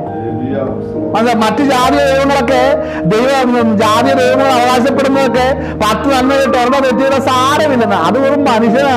നമ്മുടെ കർത്താവ് ജീവനുള്ള ദൈവമാണെങ്കിൽ തെറ്റ് തെറ്റായിട്ട് കിടക്കാതെ നിക്കോലാവരുടെ നടപ്പ് നീ പകയ്ക്കുന്നു എന്നൊരു ഗുണം നിന്നെ കുറിച്ച് പറയാനുണ്ട്. അത് ഗുണമാ. പക്ഷെ നീ വിശ്വാസത്തിൽ പിന്മാറി കിടക്കുകയല്ലേ? അതെ. അത് പറയാതിരിക്കുവോ? ഇല്ല, അത് പറയും. അപ്പോൾ തന്നെ നിക്കോലാവരുടെ നടപ്പ് നീ പകയ്ക്കുന്നു എന്നുള്ള ഗുണവും നിന്നെ കുറിച്ച് പറയും ദൈവം. അപ്പോൾ നമ്മുടെ കർത്താവ് ആരാണ്? അല്ലേ? നമ്മുടെ കർത്താവ് ഇത് ആരാ? ക്രിസ്തുവിന്റെ വെളിപ്പാടാണ് എഴുതി വെച്ചിരിക്കുന്നത്. അതുകൊണ്ട് സർവായുധ വർഗങ്ങൾ ഇല്ലാത്ത ഒരുവൻ ആരോ അവനാണ് കള്ളപ്രവാചകൻ. സർവായുധവർഗം ഇല്ലാതെ പ്രസംഗങ്ങൾ ശുശ്രൂഷകൾ വെളിപ്പെടുത്തുന്നവൻ ആരോ അവനാണ് കള്ളപ്രവാചകൻ. അവന്റെ ജീവിതത്തിൽ സത്യം കാണില്ല, അവന്റെ ജീവിതത്തിൽ നീതി കാണത്തില്ല, അവന്റെ ജീവിതത്തിൽ സ്വന്തം രക്ഷയുടെ സത്യങ്ങൾ പറയത്തില്ല, സുവിശേഷത്തിൽ നിൽക്കത്തില്ല, വചനത്തിന്റെ സ്വന്തം ഹല്ലേലൂയ അതിന്റെ ഉപദേശം പറയില്ല, യഥാർത്ഥ വിശ്വാസം പറയില്ല. ആമേൻ. സുവിശേഷത്തിന്റെ അടിസ്ഥാനമില്ലാതെ വരുന്നവൻ ആരായിരുന്നാലും അവൻ കള്ളപ്രവാചകൻ തന്നെയാണ്. ഹല്ലേലൂയ. അപ്പോൾ നമ്മൾ മനസ്സിലാക്കണം, ഇവിടെയാണ് സർവായുധ വർഗം നമ്മൾ ധരിക്കണം. അപ്പോൾ നമ്മുടെ ജീവിതത്തിൽ കഷ്ടം വരുന്നുണ്ട്. എന്നെ കുത്തുവാൻ സാത്താന്റെ ഒരു ദൂതനെ സാത്താനെ തന്നെ ഏൽപ്പിച്ചിരിക്കുകയാണ്. പലവട്ടം ഞാൻ അപേക്ഷിച്ചു, കർത്താവെ ഈ സാത്താൻ എന്നിൽ നിന്ന് രോഗത്തിൽ നിന്ന് മാറേണ്ടതിന് പലവട്ടം അപേക്ഷിച്ചു. എങ്കിലും കർത്താവ് പറഞ്ഞു, എന്റെ കൃപ നിനക്ക് മതി. എന്റെ കൃപ നിന്റെ ബലഹീനതകളിൽ, എന്റെ ശക്തി നിന്റെ ബലഹീനതകളിൽ കണ്ടോ. അതാണ് അപ്പോൾ ദൈവത്തിന്റെ ശക്തിയാണ് ഇങ്ങനെയുള്ളവരുടെ നടുവിൽ നിൽക്കുമ്പോൾ നമ്മുടെ ബലഹീനത തികഞ്ഞു വരുന്നത്. അവൻ മാറിപ്പോകുന്നതല്ല, അവൻ അവിടെ ഇരിക്കെ തന്നെ ദൈവകൃപയിൽ ആശ്രയിച്ച് സ്റ്റെപ്പുകളെ വെക്കണം. ആമേൻ. പ്രസംഗം നടക്കുമ്പോൾ സുഖമാണ്. എന്നാൽ ഈ പ്രസംഗം കഴിഞ്ഞിട്ട് നമ്മൾ വീണ്ടും മരുഭൂമിയിലേക്ക് കാല് വെക്കുമ്പോഴാണ് നമ്മുടെ വിശ്വാസം വർദ്ധിക്കേണ്ടത്. അതുകൊണ്ട് ഇന്ന് പകൽ നേരം ഈ വചനങ്ങളാൽ സ്വർഗം നിങ്ങളെ ബലപ്പെടുത്തുമാറാകട്ടെ. സർവായുധ വർഗമില്ലാത്തവനാരോ അവനാണ് സ്വത്രം കള്ളപ്രവാചകനായി വെളിപ്പെടുന്നത്. ഈ വചനങ്ങളാൽ സ്വർഗം നിങ്ങളെ ബലപ്പെടുത്തട്ടെ, ശക്തീകരിക്കട്ടെ. നമ്മുടെ കണ്ണുകൾ അടയ്ക്കാം, നമുക്ക് പ്രാർത്ഥിക്കാം. ഇന്ന് പകൽ നേരം കർത്താവ് നമ്മുടെ ജീവിതത്തിൽ ചെയ്ത എല്ലാ നല്ല ദാനങ്ങൾക്കായി നമുക്ക് ദൈവത്തെ മഹത്വപ്പെടുത്താം.